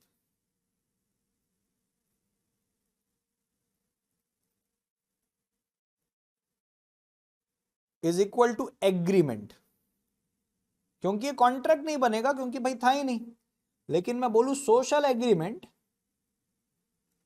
social agreement plus intention to create legal relationship, plus intention to create legal relationship is equal to contract. क्या मैं ऐसा बोल सकता हूं? क्या मैं ऐसे बोल सकता हूं? बताइए मुझे। क्योंकि जब मैं तुमको एक केस लॉ पढ़ा दिया जहां पे ये लिखा है बिजनेस एग्रीमेंट होने के बाद भी इंटेंशन नहीं था, तो वो कॉन्ट्रैक्ट नहीं हुआ। मैं बोलता हूं सोशल एग्रीमेंट था, एग्रीमेंट तो था ना। Agreement plus intention to create legal obligation is equal to enforceable by law, यानी कि कॉन्ट्रैक्ट। यानी कि सर सिंपल सी बात है, सिंपल सी बात है सर, ये वाला जो है, क्योंकि यहां पे इंटेंशन नहीं है तो ये नॉट इन्फोर्सेबल है, नॉट इन्फोर्सेबल है। और सर यहां है तो ये क्या है? इन्फोर्सेबल बाय लॉ है। अब जाके हमको समझ में आया सर, इन्फोर्सेबल बाय लॉ में जो intention to create legal relationship है उसका कितना बड़ा महत्व है। इसीलिए कॉन्ट्रैक्ट एक्ट ने हमको अलग से बताया इसकी बात कि भैया ये जरूरी है। बाकी सेक्शन 10 तो हम सारा पढ़ देंगे, कोई दिक्कत नहीं है। Is it clear to everybody? Oh everybody, Chirag ji समझ में आ गया? हाँ जी, गौतम जी, चिराग जी, जानवी जी, सबको समझ में आ गया। बहुत ही बढ़िया, शानदार, बहुत उम्दा प्रदर्शन चल रहा है आप लोग का। सारी चीज नोट डाउन कर लिया। आपकी इजाजत है तो मैं आगे बढ़ जाऊं? आपकी अगर इजाजत हो तो मैं आगे बढ़ जाऊं क्या? बताइए फटाफट। यस सर, आगे बढ़ जाइए। अब ठीक है, चलिए मेरे को एक बार और बताइएगा कि अच्छा, सिर्फ उतने ही लोग रिप्लाई करना जो पहली बार ये सिलेबस यानी कि बिजनेस लॉ पहली बार वो पढ़ रहे हैं। ऐसे कितने लोग हैं जो बिजनेस लॉ ही पहली बार पढ़ रहे हैं? आय करके भेजिए, आय, आय करके। बिजनेस लॉ ही पहली बार पढ़ रहे, कभी कभी पढ़ा ही नहीं, आय करके भेजिए। ऐसा कोई भी नहीं है, सिर्फ प्रथमेश है। ओके ठीक है, बाकी सब यानी कि एक आध बार पढ़े हुए। ठीक है, चलिए अब एक बात मैं आपको और बताना चाहता हूं, उसके बाद में इसी के ऊपर एक क्वेश्चन करवाने वाला हूं। ठीक है, मैं आपको बताने वाला हूं सेक्शन नंबर 25। सेक्शन नंबर 25 का 1, सुनना मेरी बात। सेक्शन 25 यूनिट 1 का नहीं है, वो यूनिट 2 का है, बट अभी जो मैं क्वेश्चन कराऊंगा उसके लिए वो इंपॉर्टेंट है। तो मेरी बात सुनना, सेक्शन 25 क्या बोलता है। आपने एक वो सुना होगा, वो सुना क्या होगा बता देता हूं।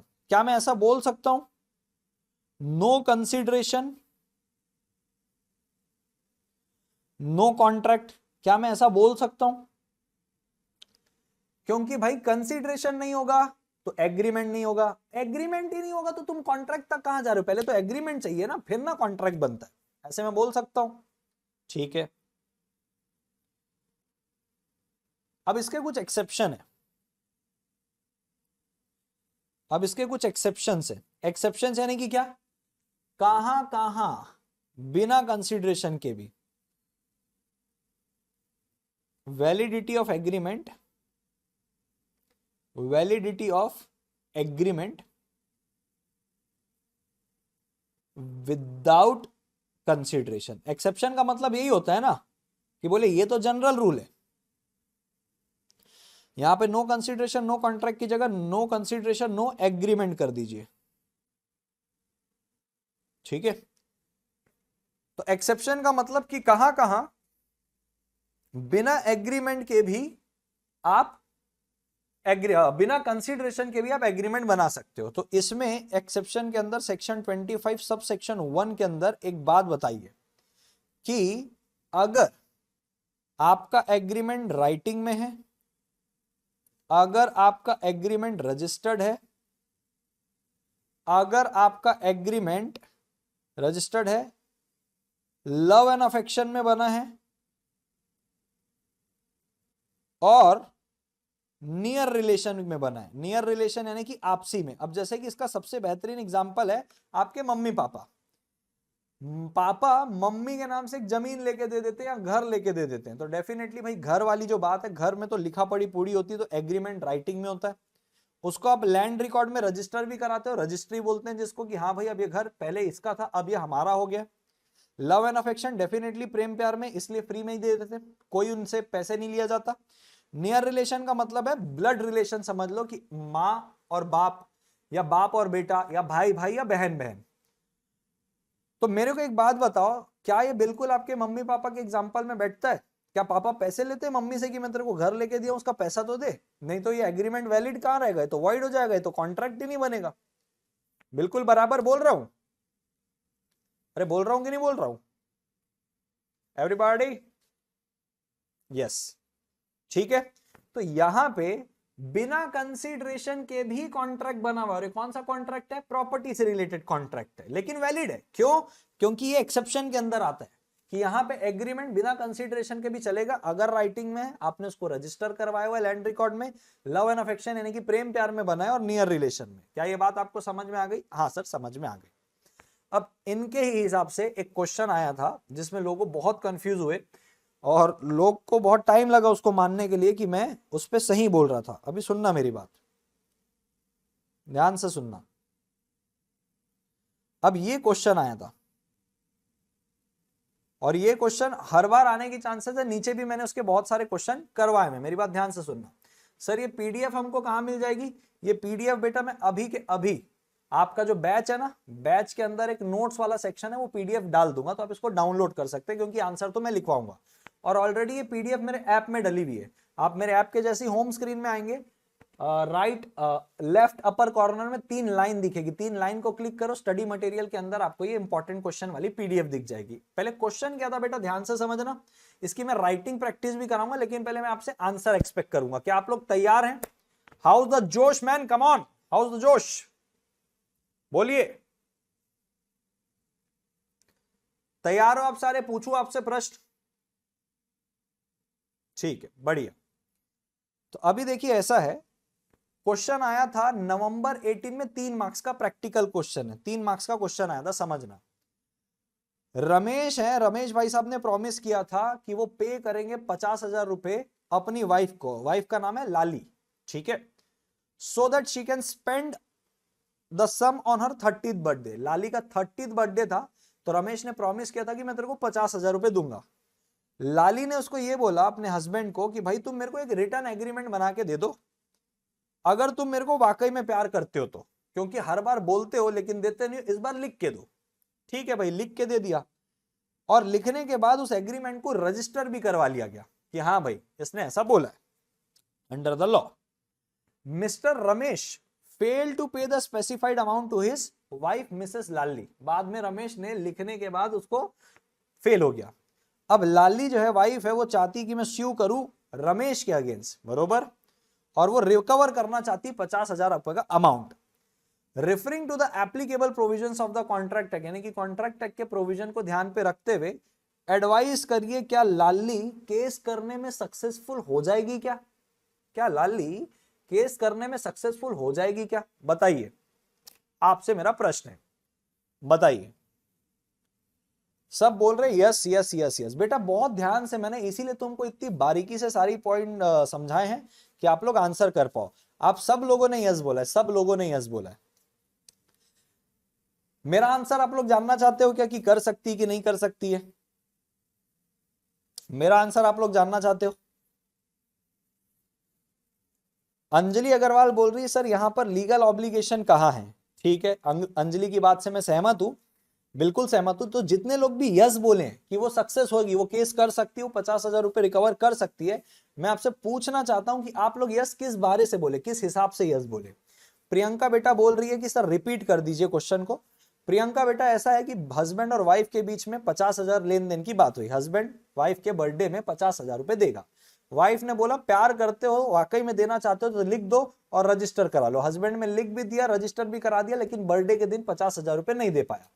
अब वाइफ केस करना चाहती है, मैं पूछ रहा हूं कर सकती कि नहीं कर सकती, सक्सेस होगी कि नहीं होगी? राइटिंग है ना, राइटिंग है, रजिस्टर्ड है, ओके ओके। आपको पता है सारे बच्चे यहीं पे मार खाए, सारे बच्चों ने यही लिख के आया धड़ल्ले से जब ये एग्जाम नवंबर 19 में हुआ था। हाँ कर सकती है, रिटर्न है, रजिस्टर्ड है, बराबर। आप लोग को ऐसा लग रहा होगा कि हाँ भाई ये तो वो वाला है जो एक्सेप्शन के अंदर आता है, एग्रीमेंट राइटिंग में भी है, रजिस्टर्ड में भी है, love and affection near relation. Husband 50,000 रुपए दे रहा है तो वाइफ क्या देगी उसको, बराबर है। आपको ऐसा लग रहा है क्योंकि वाइफ की तरफ से कंसिडरेशन नहीं है, बरोबर। चलो मैंने ये बात मान ली, ये बात मैंने मान ली, बरोबर। लेकिन आप लोग मुझे ये बताओ, आप लोग मुझे ये बताओ, आप लोग जो ये तर्क दे रहे हो कि सर राइटिंग में है, सर रजिस्टर्ड भी है, सर मियाँ बीवी है तो नियर रिलेशन भी है, बरोबर है, नेचुरल लव एंड अफेक्शन में भी है क्योंकि बोली है कि प्यार करते हो तो दो।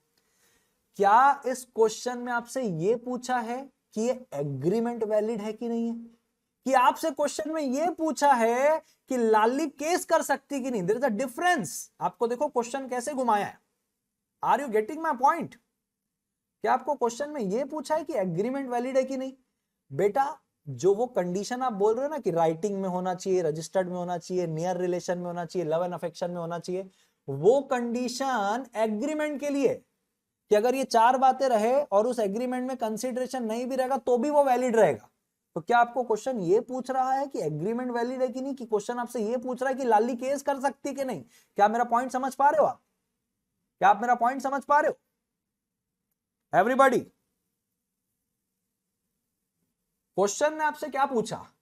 क्वेश्चन ने आपसे ये पूछा क्या कि बताओ ये एग्रीमेंट वैलिड है कि नहीं, क्योंकि बीवी ने तो कोई कंसीडरेशन दिया नहीं, 50,000 के बदले बीवी क्या दे रही है? क्वेश्चन में आपसे ये पूछा? क्वेश्चन में नहीं पूछा। क्वेश्चन में आपसे ये पूछा है कि वो केस कर सकती कि नहीं। ये एग्रीमेंट तो है, मैं भी बोल रहा हूं ये तो एग्रीमेंट है, मैं तो बोल रहा हूं वाइफ की तरफ से कंसीडरेशन नहीं है फिर भी एग्रीमेंट है, मैं तो बोल रहा हूं। क्यों भैया वाइफ की तरफ से कंसीडरेशन नहीं लाया, लेकिन ये सेक्शन 25 के 1 में आ रहा है क्योंकि एग्रीमेंट राइटिंग है, रजिस्टर्ड है, नियर रिलेशन में है और लव एंड अफेक्शन में, प्रेम मोहब्बत में। तो वाइफ कुछ दे भी नहीं तो भी एग्रीमेंट वैलिड है, बिना कंसीडरेशन के ही एग्रीमेंट है, क्योंकि कंसीडरेशन फिर सिर्फ हस्बैंड दे रहा है, वाइफ की तरफ से कुछ नहीं आ रहा है, लेकिन ये एग्रीमेंट वैलिड है। लेकिन क्वेश्चन आपसे क्या पूछ रहा है? एग्रीमेंट वैलिड है ये पूछ रहा है कि ये पूछ रहा है कि लाली केस कर पाएगी कि नहीं। सीधी सी बात है, समझ पा रहे हो मेरी बात को? आदर्श फिर बोल रहा है शी कैन शू। आदर्श क्यों क्यों मेरे भाई, क्यों क्यों? मतलब तू चाहता है मैं वो पाकिस्तान की जैसे ओ भाई मारो मुझे मारो ऐसे करूं मैं कर, तू चाहता है कैसे? तू चाहता है कैसे बता मुझे? बाकी लोग को समझा मैं क्या बोलना चाह रहा हूं? बाकी लोग को समझा मैं क्या बोलना चाह रहा हूं? बताइए मुझे।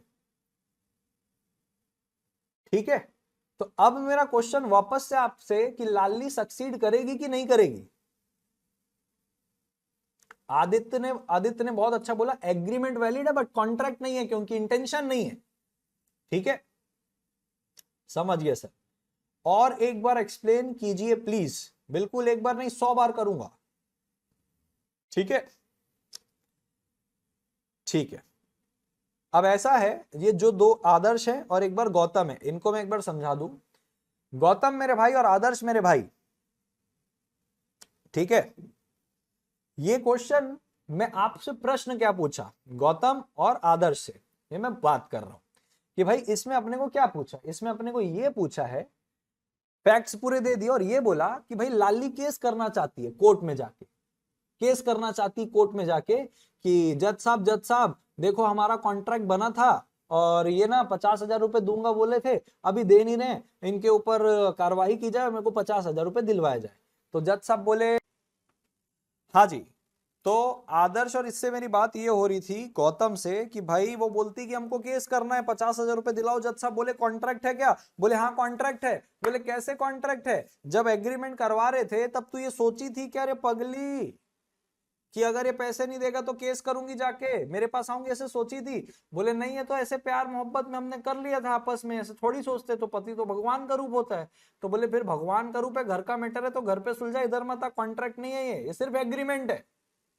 समझे? तो एग्रीमेंट है, ये तो मैं भी बोल रहा हूं। क्यों एग्रीमेंट है? क्योंकि राइटिंग में भी है, रजिस्टर्ड भी है, नियर रिलेशन में भी है, लव एंड अफेक्शन में बिना कंसीडरेशन के एग्रीमेंट भी है, लेकिन कॉन्ट्रैक्ट नहीं है। क्यों? क्योंकि तेरा इरादा ही नहीं था एग्रीमेंट करते वक्त, at the time of making an agreement आपका इरादा नहीं था कि आप इसको केस करोगे। Is that clear to everybody? Is that clear to everybody? Everybody? Okay, ठीक है। तो चलिए इसका आंसर लिखिए फटाक से, इसका आंसर लिखिए फटाक से। बोलू शुरू करूं और फटाफट लिखना बेटा, ऐसे ही अपन बहुत सारे क्वेश्चन आंसर करने वाले हैं तो आपको थोड़ा सा फटाफट स्पीड मेंटेन करनी पड़ेगी।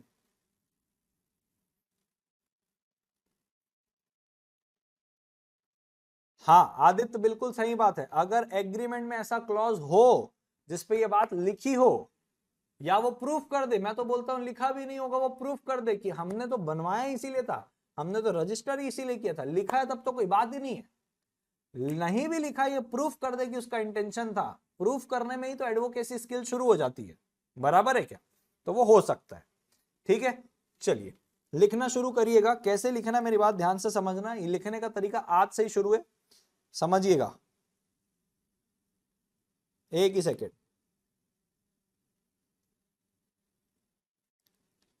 हाँ जी, तो सबसे पहले आपको जैसे जैसे मैं बता रहा हूं वैसे वैसे लिखना है। सबसे पहले जब आप लिखेंगे आंसर तो आपकी मार्जिन के बाद से, जैसे कि मार्जिन होती है ना, तो आंसर ऐसे किए, 2 डॉट बनाए दिए यहां पे, ठीक, और फिर नीचे लिखना है provisions of the Indian contract act, the Indian contract act 1872,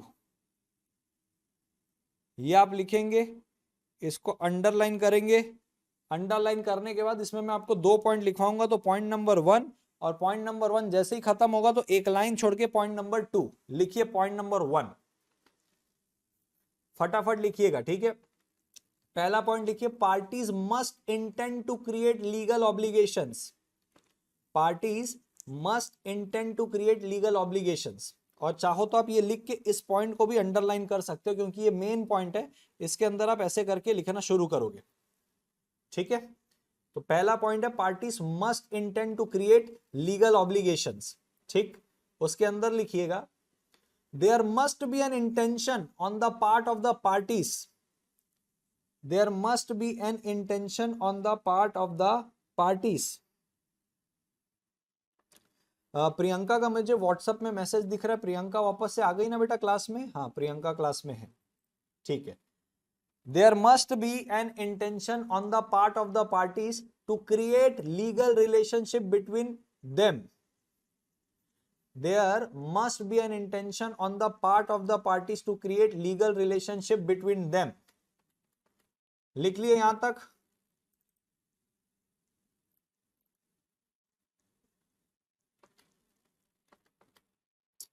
ठीक है, legal relation between them at the time of agreement, agreement करते वक्त, बरोबर है। तो वापस से मैं एक बार लाइन बोल देता हूं, there must be an intention on the part of the parties to create legal relationship between them at the time of agreement, agreement करते वक्त। बाद में इंटेंशन आ गया उससे मतलब नहीं है, एग्रीमेंट करते वक्त होना चाहिए आपका इंटेंशन। ये पहला पॉइंट है, ठीक है। दूसरा पॉइंट लिखिए, एक लाइन छोड़ दीजिएगा और यहां पे दूसरा मेन पॉइंट डालिएगा। लिखिएगा दूसरे पॉइंट में, सोशल और domestic type of agreements are not enforceable in court of law. Social और domestic type of agreements are not enforceable in court of law. Social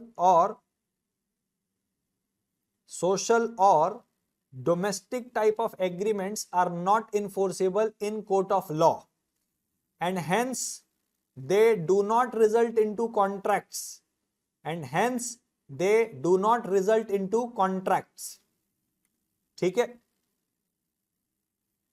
आदर्श जी, ये सेम क्लास आपको बैकअप में मिल जाएगी, पीछे लाइव क्लास आपको backup में मिल जाएगी इसी बैच के अंदर, ठीक है। तो आप उससे लिख आराम से कर सकते हैं, नहीं तो क्या है, एक पर्सन की वजह से पूरा वापस से रिपीट करवाना पड़ेगा। बाकी लोग लिख लिए? हाँ, सेकेंड पॉइंट लिखिए, सोशल और domestic type of agreements are not enforceable in court of law. Social और domestic type of agreements are not enforceable in court of law and hence they do not result into contracts, and hence they do not result into contracts. ठीक है, यहां तक हो गया होगा सबका? फटाफट कर लो बेटा, बहुत जल्दी जल्दी लिखना है, फास्ट ट्रैक है अपना। आज के लिए अपन थोड़ा सा धीरे चल सकते हैं, लेकिन कल से धीरे नहीं चलेंगे, थोड़ा सा मॉडरेट स्पीड में रखेंगे। ये 2 पॉइंट लिखने के बाद अब यहां लिखिए, in the given case,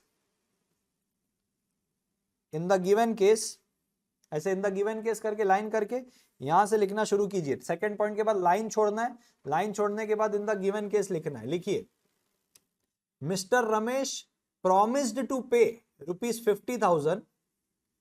Mr. Ramesh promised to pay rupees 15,000. Mr. Ramesh promised to pay rupees 50,000 50,000 to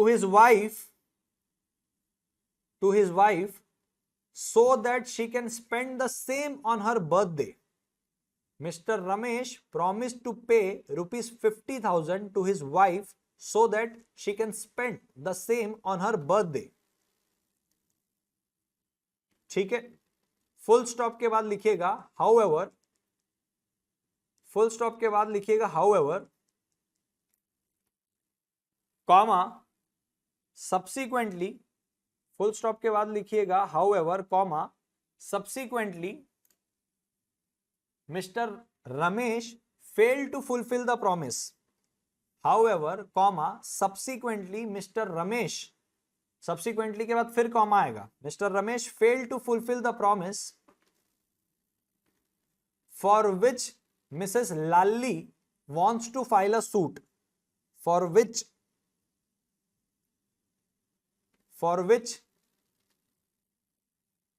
Mrs. Lalli wants to file a suit against Mr. Ramesh.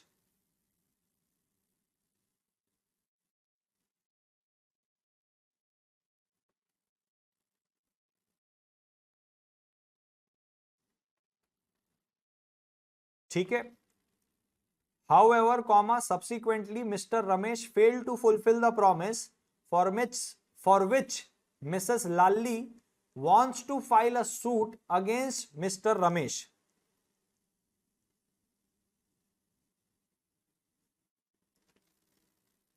ठीक है, यहां तक हो गया।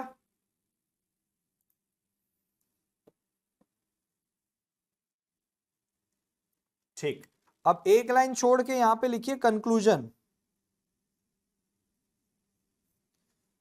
एक लाइन छोड़ के नीचे लिखिएगा कंक्लूजन, और थोड़ा जल्दी जल्दी लिखिए प्लीज। कंक्लूजन में लिखिए हियर कॉमा, कंक्लूजन में लिखिए here comma, in the given case, in the given case, here comma, in the given case, wife will not be able to recover the amount, wife will not be able to recover the amount, here in the given case, wife will not be able to recover the amount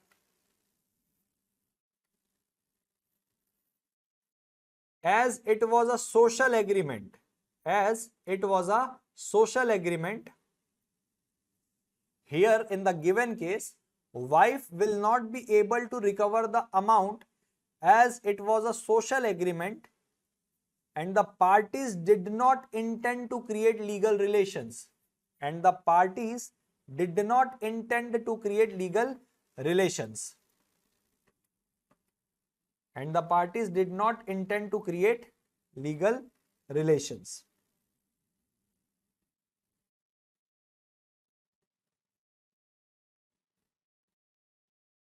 ठीक है जी, सबको हो गया, समझ में आ गया everybody? ठीक है, अब अगर आप मेरी बात ध्यान से सुनेंगे और अगर हमारा क्वेश्चन देखेंगे, आप कंक्लूजन में सिर्फ उतना ही आंसर पाएंगे जितना क्वेश्चन में पूछा है। ध्यान देना, ये पॉइंट है। यहां पे अपने को सीधा एक क्वेश्चन पूछा, एडवाइस लाली सक्सीड होगी क्या? तो कंक्लूजन में अपन ने इतना ही लिखा है कि भाई जो लाली है वो नहीं सक्सीड हो पाएगी, यानी कि वो अमाउंट नहीं रिकवर कर पाएगी। क्यों? क्योंकि वो कॉन्ट्रैक्ट नहीं था, क्योंकि उनका लीगल रिश्ता नहीं था। तो जो क्वेश्चन अपने को अल्टीमेटली पूछा, एडवाइस करो लाली सक्सीड होगी क्या, तो अपन ने पहले प्रोविजन बताया, प्रोविजन के बाद थोड़ा सा गिवन केस बता दिया कि भाई ऐसा ऐसा हुआ था, और अल्टीमेटली क्वेश्चन ने जो पूछा है वो बताया। जनरली होता क्या आपको पता है क्या? आप पूरा प्रोविजन लिख देते हो और कंक्लूजन क्लैरिटी से नहीं देते हो कि हाँ भाई ये पूछा सक्सेस होगा तो नहीं होगा इसलिए नहीं होगा। ये आपको तर्क के साथ कंक्लूजन आंसर देना है। क्या ये बात समझ में आ गई? क्या ये बात समझ में आ गई आप लोग को एवरीबॉडी? ठीक है, अब और एक बात, कुछ रिलेटेड क्वेश्चन है, इसकी पीडीएफ मैं आपको डाल दूंगा आपके ही बैच के अंदर। ये देखिए रिलेटेड क्वेश्चन, यानी कि अब देखो जरूरी नहीं कि एज इट इज क्वेश्चन यही वाला उठ के आ जाए जो हमने अभी बनाया है। ठीक है, नीचे कुछ क्वेश्चन है, देखो ए इनवाइट कर रहा है बी को to stay him with him during the winter vacation at his residence, बुला रहा है रहने के लिए। बी एक्सेप्ट कर रहा है इन्विटेशन को और इन्फॉर्म कर रहा है अकॉर्डिंगली ए को कि मैं आ जाऊंगा। जैसे ही बी पहुंचता है, ए के घर में दिखता है कि ताला लगा हुआ है और उसको होटल में रहना पड़ता है। किसको पता है क्या? बी को। तो अब बी बोलता है कि मैं क्योंकि होटल में रहा हूं, मेरे को होटल के पैसे चाहिए, तेरे वजह से नुकसान हुआ, तूने अपना वादा पूरा नहीं किया। 3 मार्क्स में ये भी पूछ सकता है, मुझे बताओ क्या बी डैमेज क्लेम कर सकता है? डैमेज यानी कि जो नुकसान हुआ है वो क्लेम कर सकता है क्या? बताओ। नहीं कर सकता। क्यों नहीं कर सकता? क्योंकि अगेन यहां पे क्या है, कॉन्ट्रैक्ट नहीं है। तो इसका आंसर लिख लीजिए कंक्लूजन। मैं पूरा नहीं लिख पा रहा हूं, ऊपर की प्रोविजन रहेंगे, कंक्लूजन लिखिए। Mister A invites to mister B, mister A invites to mister B to stay with him, mister A invites mister B to stay with him during winter vacation at his residence. Mr. A invites to Mr. B to stay with him during winter vacation at his residence. As it is a social contract, as it is a social agreement, sorry, as it is a social agreement and offer an acceptance to hospitality and offer an acceptance to hospitality. Hospitality का मतलब क्या? मेहमान नवाजी बोलते हैं ना इसको, घर बुलाया, आओ, रहना, खाना, आराम करना। And offer an acceptance as to hospitality does not create contract, does not create contract. ठीक है जी, एक बार रिपीट कर रहा हूं, जिसका नहीं हुआ होगा एक बार लिख लेना।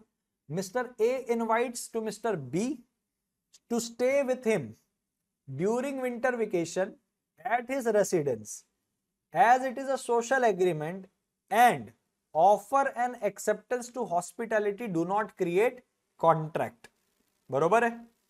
दूसरा क्वेश्चन देखिएगा, अर्जुन इनवाइट कर रहा है किसको? सनी लियोनी को। बरोबर है क्या? सनी लियोनी कौन है? To Satish birthday party. Satish कौन है? बोले अर्जुन का भाई है। ठीक, सनी लियोनी एक्सेप्ट कर लेती है और प्रॉमिस करती है कि भाई मैं आ जाऊंगी। अर्जुन बराबर स्पेशल अरेंजमेंट करके रखता है, ठीक है, एट द पार्टी, लेकिन सनी लियोनी आती नहीं है। अब अर्जुन इससे अपसेट हो गया कि भाई ये बोल के नहीं आ रही है, नाटक कर रही है। अब अर्जुन केस करना चाहता है सनी लियोनी के ऊपर कि भैया स्पेशल अरेंजमेंट किया था, तुम आए नहीं। तो बताइए, अर्जुन आपकी एडवाइस मांग रहा है कि अर्जुन केस कर सकता है कि नहीं कर सकता? बताइए, अर्जुन केस कर सकता है कि नहीं कर सकता? चिराग बोल रहा है हाँ, अंजलि बोल रही हाँ, गौतम बोल रहा है हाँ, आदित्य बोल रहा है हाँ। मैं पूछना चाहता हूं क्यों कर सकता है अर्जुन? क्यों केस कर सकता है भैया? कैसे केस करेगा?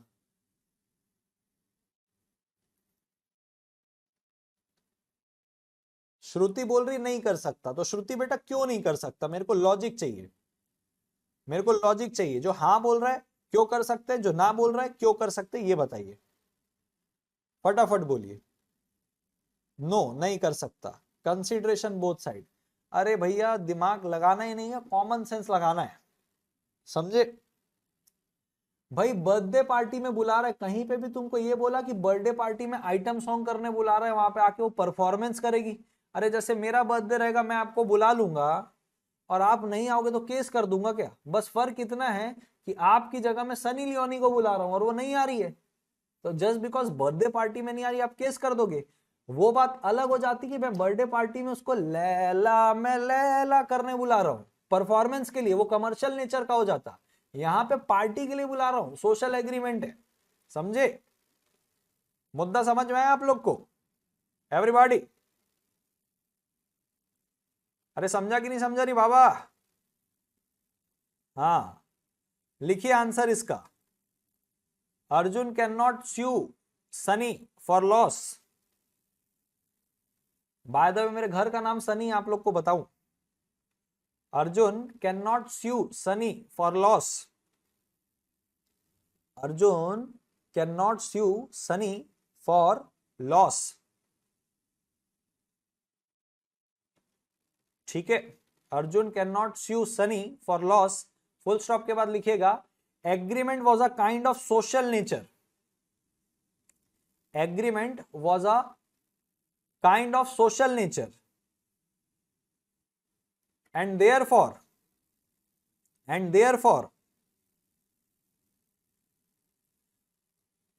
lacked the intention to create legal relationship and therefore lacked LACKED and therefore lacked the intention to create legal relationship। ये सीधा कंक्लूजन है, प्रोविजन सेम आएगा ऊपर जैसे लिखे थे। अगर इस टाइप के क्वेश्चन आते हैं तो, ये क्वेश्चन कभी आए नहीं है, लेकिन अगर इसके ऊपर क्वेश्चन आते हैं तो इस प्रकार के आ सकते हैं। ठीक है जी एवरीबॉडी?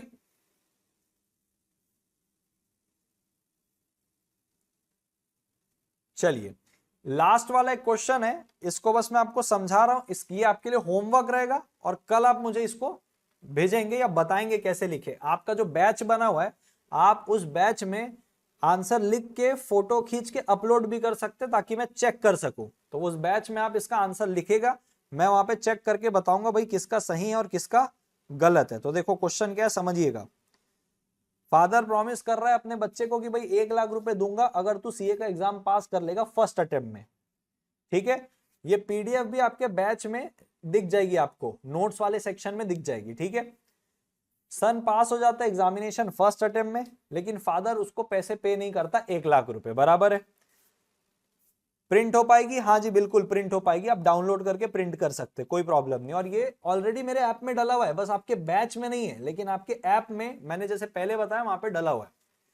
सन फाइल स्यू करना चाहता है फादर के ऊपर कि भाई मेरे को पापा ने 1 लाख रुपए बोला था, नहीं दिया, तो क्या वो केस कर सकता है कि नहीं कर सकता, 1 लाख रुपए ले सकता है कि नहीं ले सकता, ये आपको लिख कर करना, ये आपके लिए होमवर्क है, ठीक है। चलिए, और किसी की कोई दिक्कत, समस्या, परेशानी आज के लेक्चर पे? कोई कुछ कहना चाहता है, बोलना चाहता है, कुछ बातचीत करना चाहते हो तो बोल सकते हो रेज हैंड करके, बताइए। एनीबॉडी? क्लास कैसी लगी ये भी आप बोल सकते हो। आदर्श कुछ बोलना चाहता है, एक ही सेकंड। हाँ आदर्श जी बोलिए। मैं एक होटल रूम बुक करता हूँ हाँ और मैं अभी लॉज में गया तो लॉज बंद था, ठीक है। तो क्या मैं फाइल शूट कर सकता हूँ? वहां पे प्रॉमिस नहीं है, मतलब वो रिटर्न भी नहीं है, तो क्या, तो कैसे करें? होटल बुक किया था ना आपने? हाँ, और मतलब हाँ मतलब होटल बुक, मतलब मैंने फोन पे बात किया था, मैं ठीक है, आपका लॉज आने वाला हूँ ठीक और है, वहां पे स्टे करना चाहता हूँ करके। ठीक है, बराबर है। तो उनने बोल दिया था कि ठीक है आप आ जाइए, आपका रूम बुक हो चुका है, हाँ और पैसे बोला था कि आप आके दे देना मौके पे, राइट? हाँ तो आपने वादा किया था कि ठीक है मैं आके दे दूंगा, आप मेरा बुक रखना, उनने प्रॉमिस किया बुक हो गया, आपने बोला कि मैं आके पैसे दे दूंगा, राइट? हाँ और वहां जब आप गए तो लॉज बंद था, राइट? हाँ। 100 आप दोनों सिनेरियो के आंसर बोलो। सो मतलब अभी मैं बुक करके पैसे भी दिया था, वो एक सिनेरियो, दोनों ही और दोनों आके पैसे दूंगा वो एक सिनेरियो। दोनों ही सिचुएशन में, चाहे आपने हाँ पैसे पे कर दिए हो, चाहे आपने प्रॉमिस कर दिए हो कि मैं कर दूंगा, क्योंकि प्रॉमिस हाँ भी कंसीडरेशन है। अब मैं आपको हाँ बोला कि मैं करवा दूंगा आपका सिलेबस, तो एक दिन में तो होगा नहीं, मैंने प्रॉमिस ही किया है ना कि 15-20 दिन चलेगा बैच, बराबर है? हाँ तो ये फ्यूचर हाँ कंसीडरेशन है। तो आपने भी जब प्रॉमिस किया है, ये कंसीडरेशन में आएगा, ये टॉपिक तो और डिटेल में पढ़ाऊंगा। प्रॉमिस किया है आके पे कर दोगे, और गए तो बंद था लॉज, तो भी केस कर सकते हो। पहले पैसे पे कर दिए, बुक कर दिए, तो भी बंद था, तो भी केस कर सकते हो। बस ये होने वाला, ठीक है। अच्छा। Anybody else? अच्छा, क्लास कैसी लगी ये बता दो। आवाज मतलब अगर किसी को बोलना है तो, बाकी तो हो गया। किसी को कोई डाउट नहीं है, क्लास बराबर लगी, कोई दिक्कत परेशानी? आप रेज हैंड करके बातचीत कर सकते हो, मैं भी तो सुनना चाहता हूं भैया आप लोग की आवाज, ठीक है। एनीबडी? कोई भी हाथ रेज नहीं कर रहा है आदर्श को छोड़ के। आया आया आया, गौतम आया। हाँ गौतम जी बताइए। सर कोई भी केस स्टडी को सॉल्व करने से ये 3 पैराग्राफ कंपलसरी है क्या? क्या कोई भी? कोई भी केस स्टडी अगर हम सॉल्व करते हैं, कोई भी प्रैक्टिकल क्वेश्चंस, हाँ हाँ तो उस पे 3 पैराग्राफ ऐसे बनाना कंपलसरी है क्या? पहला गिवन केस, फिर प्रोविजंस, फिर कंक्लूजन। हाँ, एक स्टैंडर्ड फॉर्मेट ये रहेगा। जैसे जैसे लेकिन आगे अपन बढ़ते जाएंगे ना, वैसे वैसे आपको क्लैरिटी आती जाएगी कि हाँ भाई कैसे लिखना है। ये तो एक स्टैंडर्ड फॉर्मेट, आज तो अपन ने एक ही आंसर लिखा है, अभी मैं आपको और क्वेश्चन लिखवाने वाला हूँ, 20-30 क्वेश्चन और लिखवाने वाला हूँ, डोंट वरी। लेकिन सर एक तो इस स्टैंड पे सेक्शंस कोड करने जरूरी है क्या? सेक्शन देखो, यहाँ पे तो कोई सेक्शन था ही नहीं, ये तो केस हाँ स्टडीज पे बेस्ड है। लेकिन अगर आप सेक्शन कोट करते हो तो उसका वेटेज अलग होता है। सेक्शन अगर आप कोट कर रहे हो, तो जैसे मान लो सामने वाला सेक्शन कोट कर रहा है, आप सेक्शन कोट नहीं कर रहे हो, 110% उसको आधे 1 मार्क्स ज्यादा मिलेंगे, आपको आधे 1 मार्क्स कम मिलेंगे। क्योंकि जब आप सेक्शन से आप कोई बात बताते हो कि ये बातें लिखी हुई है, तो एक अथॉरिटी क्रिएट करता है आपकी आंसर शीट में, बिल्कुल हाँ वेटेज पड़ता है उससे, ओके, थैंक यू सर। ठीक है। यस ठीक है। जानवी बोल रही खतरनाक क्लास, मस्त क्लास थी सर, वगैरह वगैरह। अच्छा, आप लोग चैट बॉक्स में सारी बात बोल रहे थे और मैं आपको देख रहा था कि आप कुछ रेज हैंड करोगे तो मैं आपकी एक्सेप्ट करूंगा। सर आप पुरुष नहीं महापुरुष हो। मेरी लॉ की टेंशन गायब हो गई। बेटा टेंशन मत लो, तुम सबकी लॉ की जिम्मेदारी मेरी है। चलो, so that's all for from my side for today. कल सेम टाइम में मिलेंगे 10:30 बजे, और वो होमवर्क करके आप आ जाना। ये पीडीएफ को मैं अपलोड कर दूंगा, और ये जितनी भी क्लास आज अपन ने की है, जिसका कुछ अगर टेक्निकल इशू हो गया होगा, या कुछ बीच में अगर कुछ लैग हुआ होगा, या आपको कुछ बातें नहीं लिख पाए होगे, तो ये पूरी क्लास आपको लाइव रिकॉर्डिंग में बैकअप में मिल जाएगी, आप वहां से इसको देख सकते हो। ठीक है, चलिए, thank you so much, take care, bye bye, कल मिलते हैं, बाय।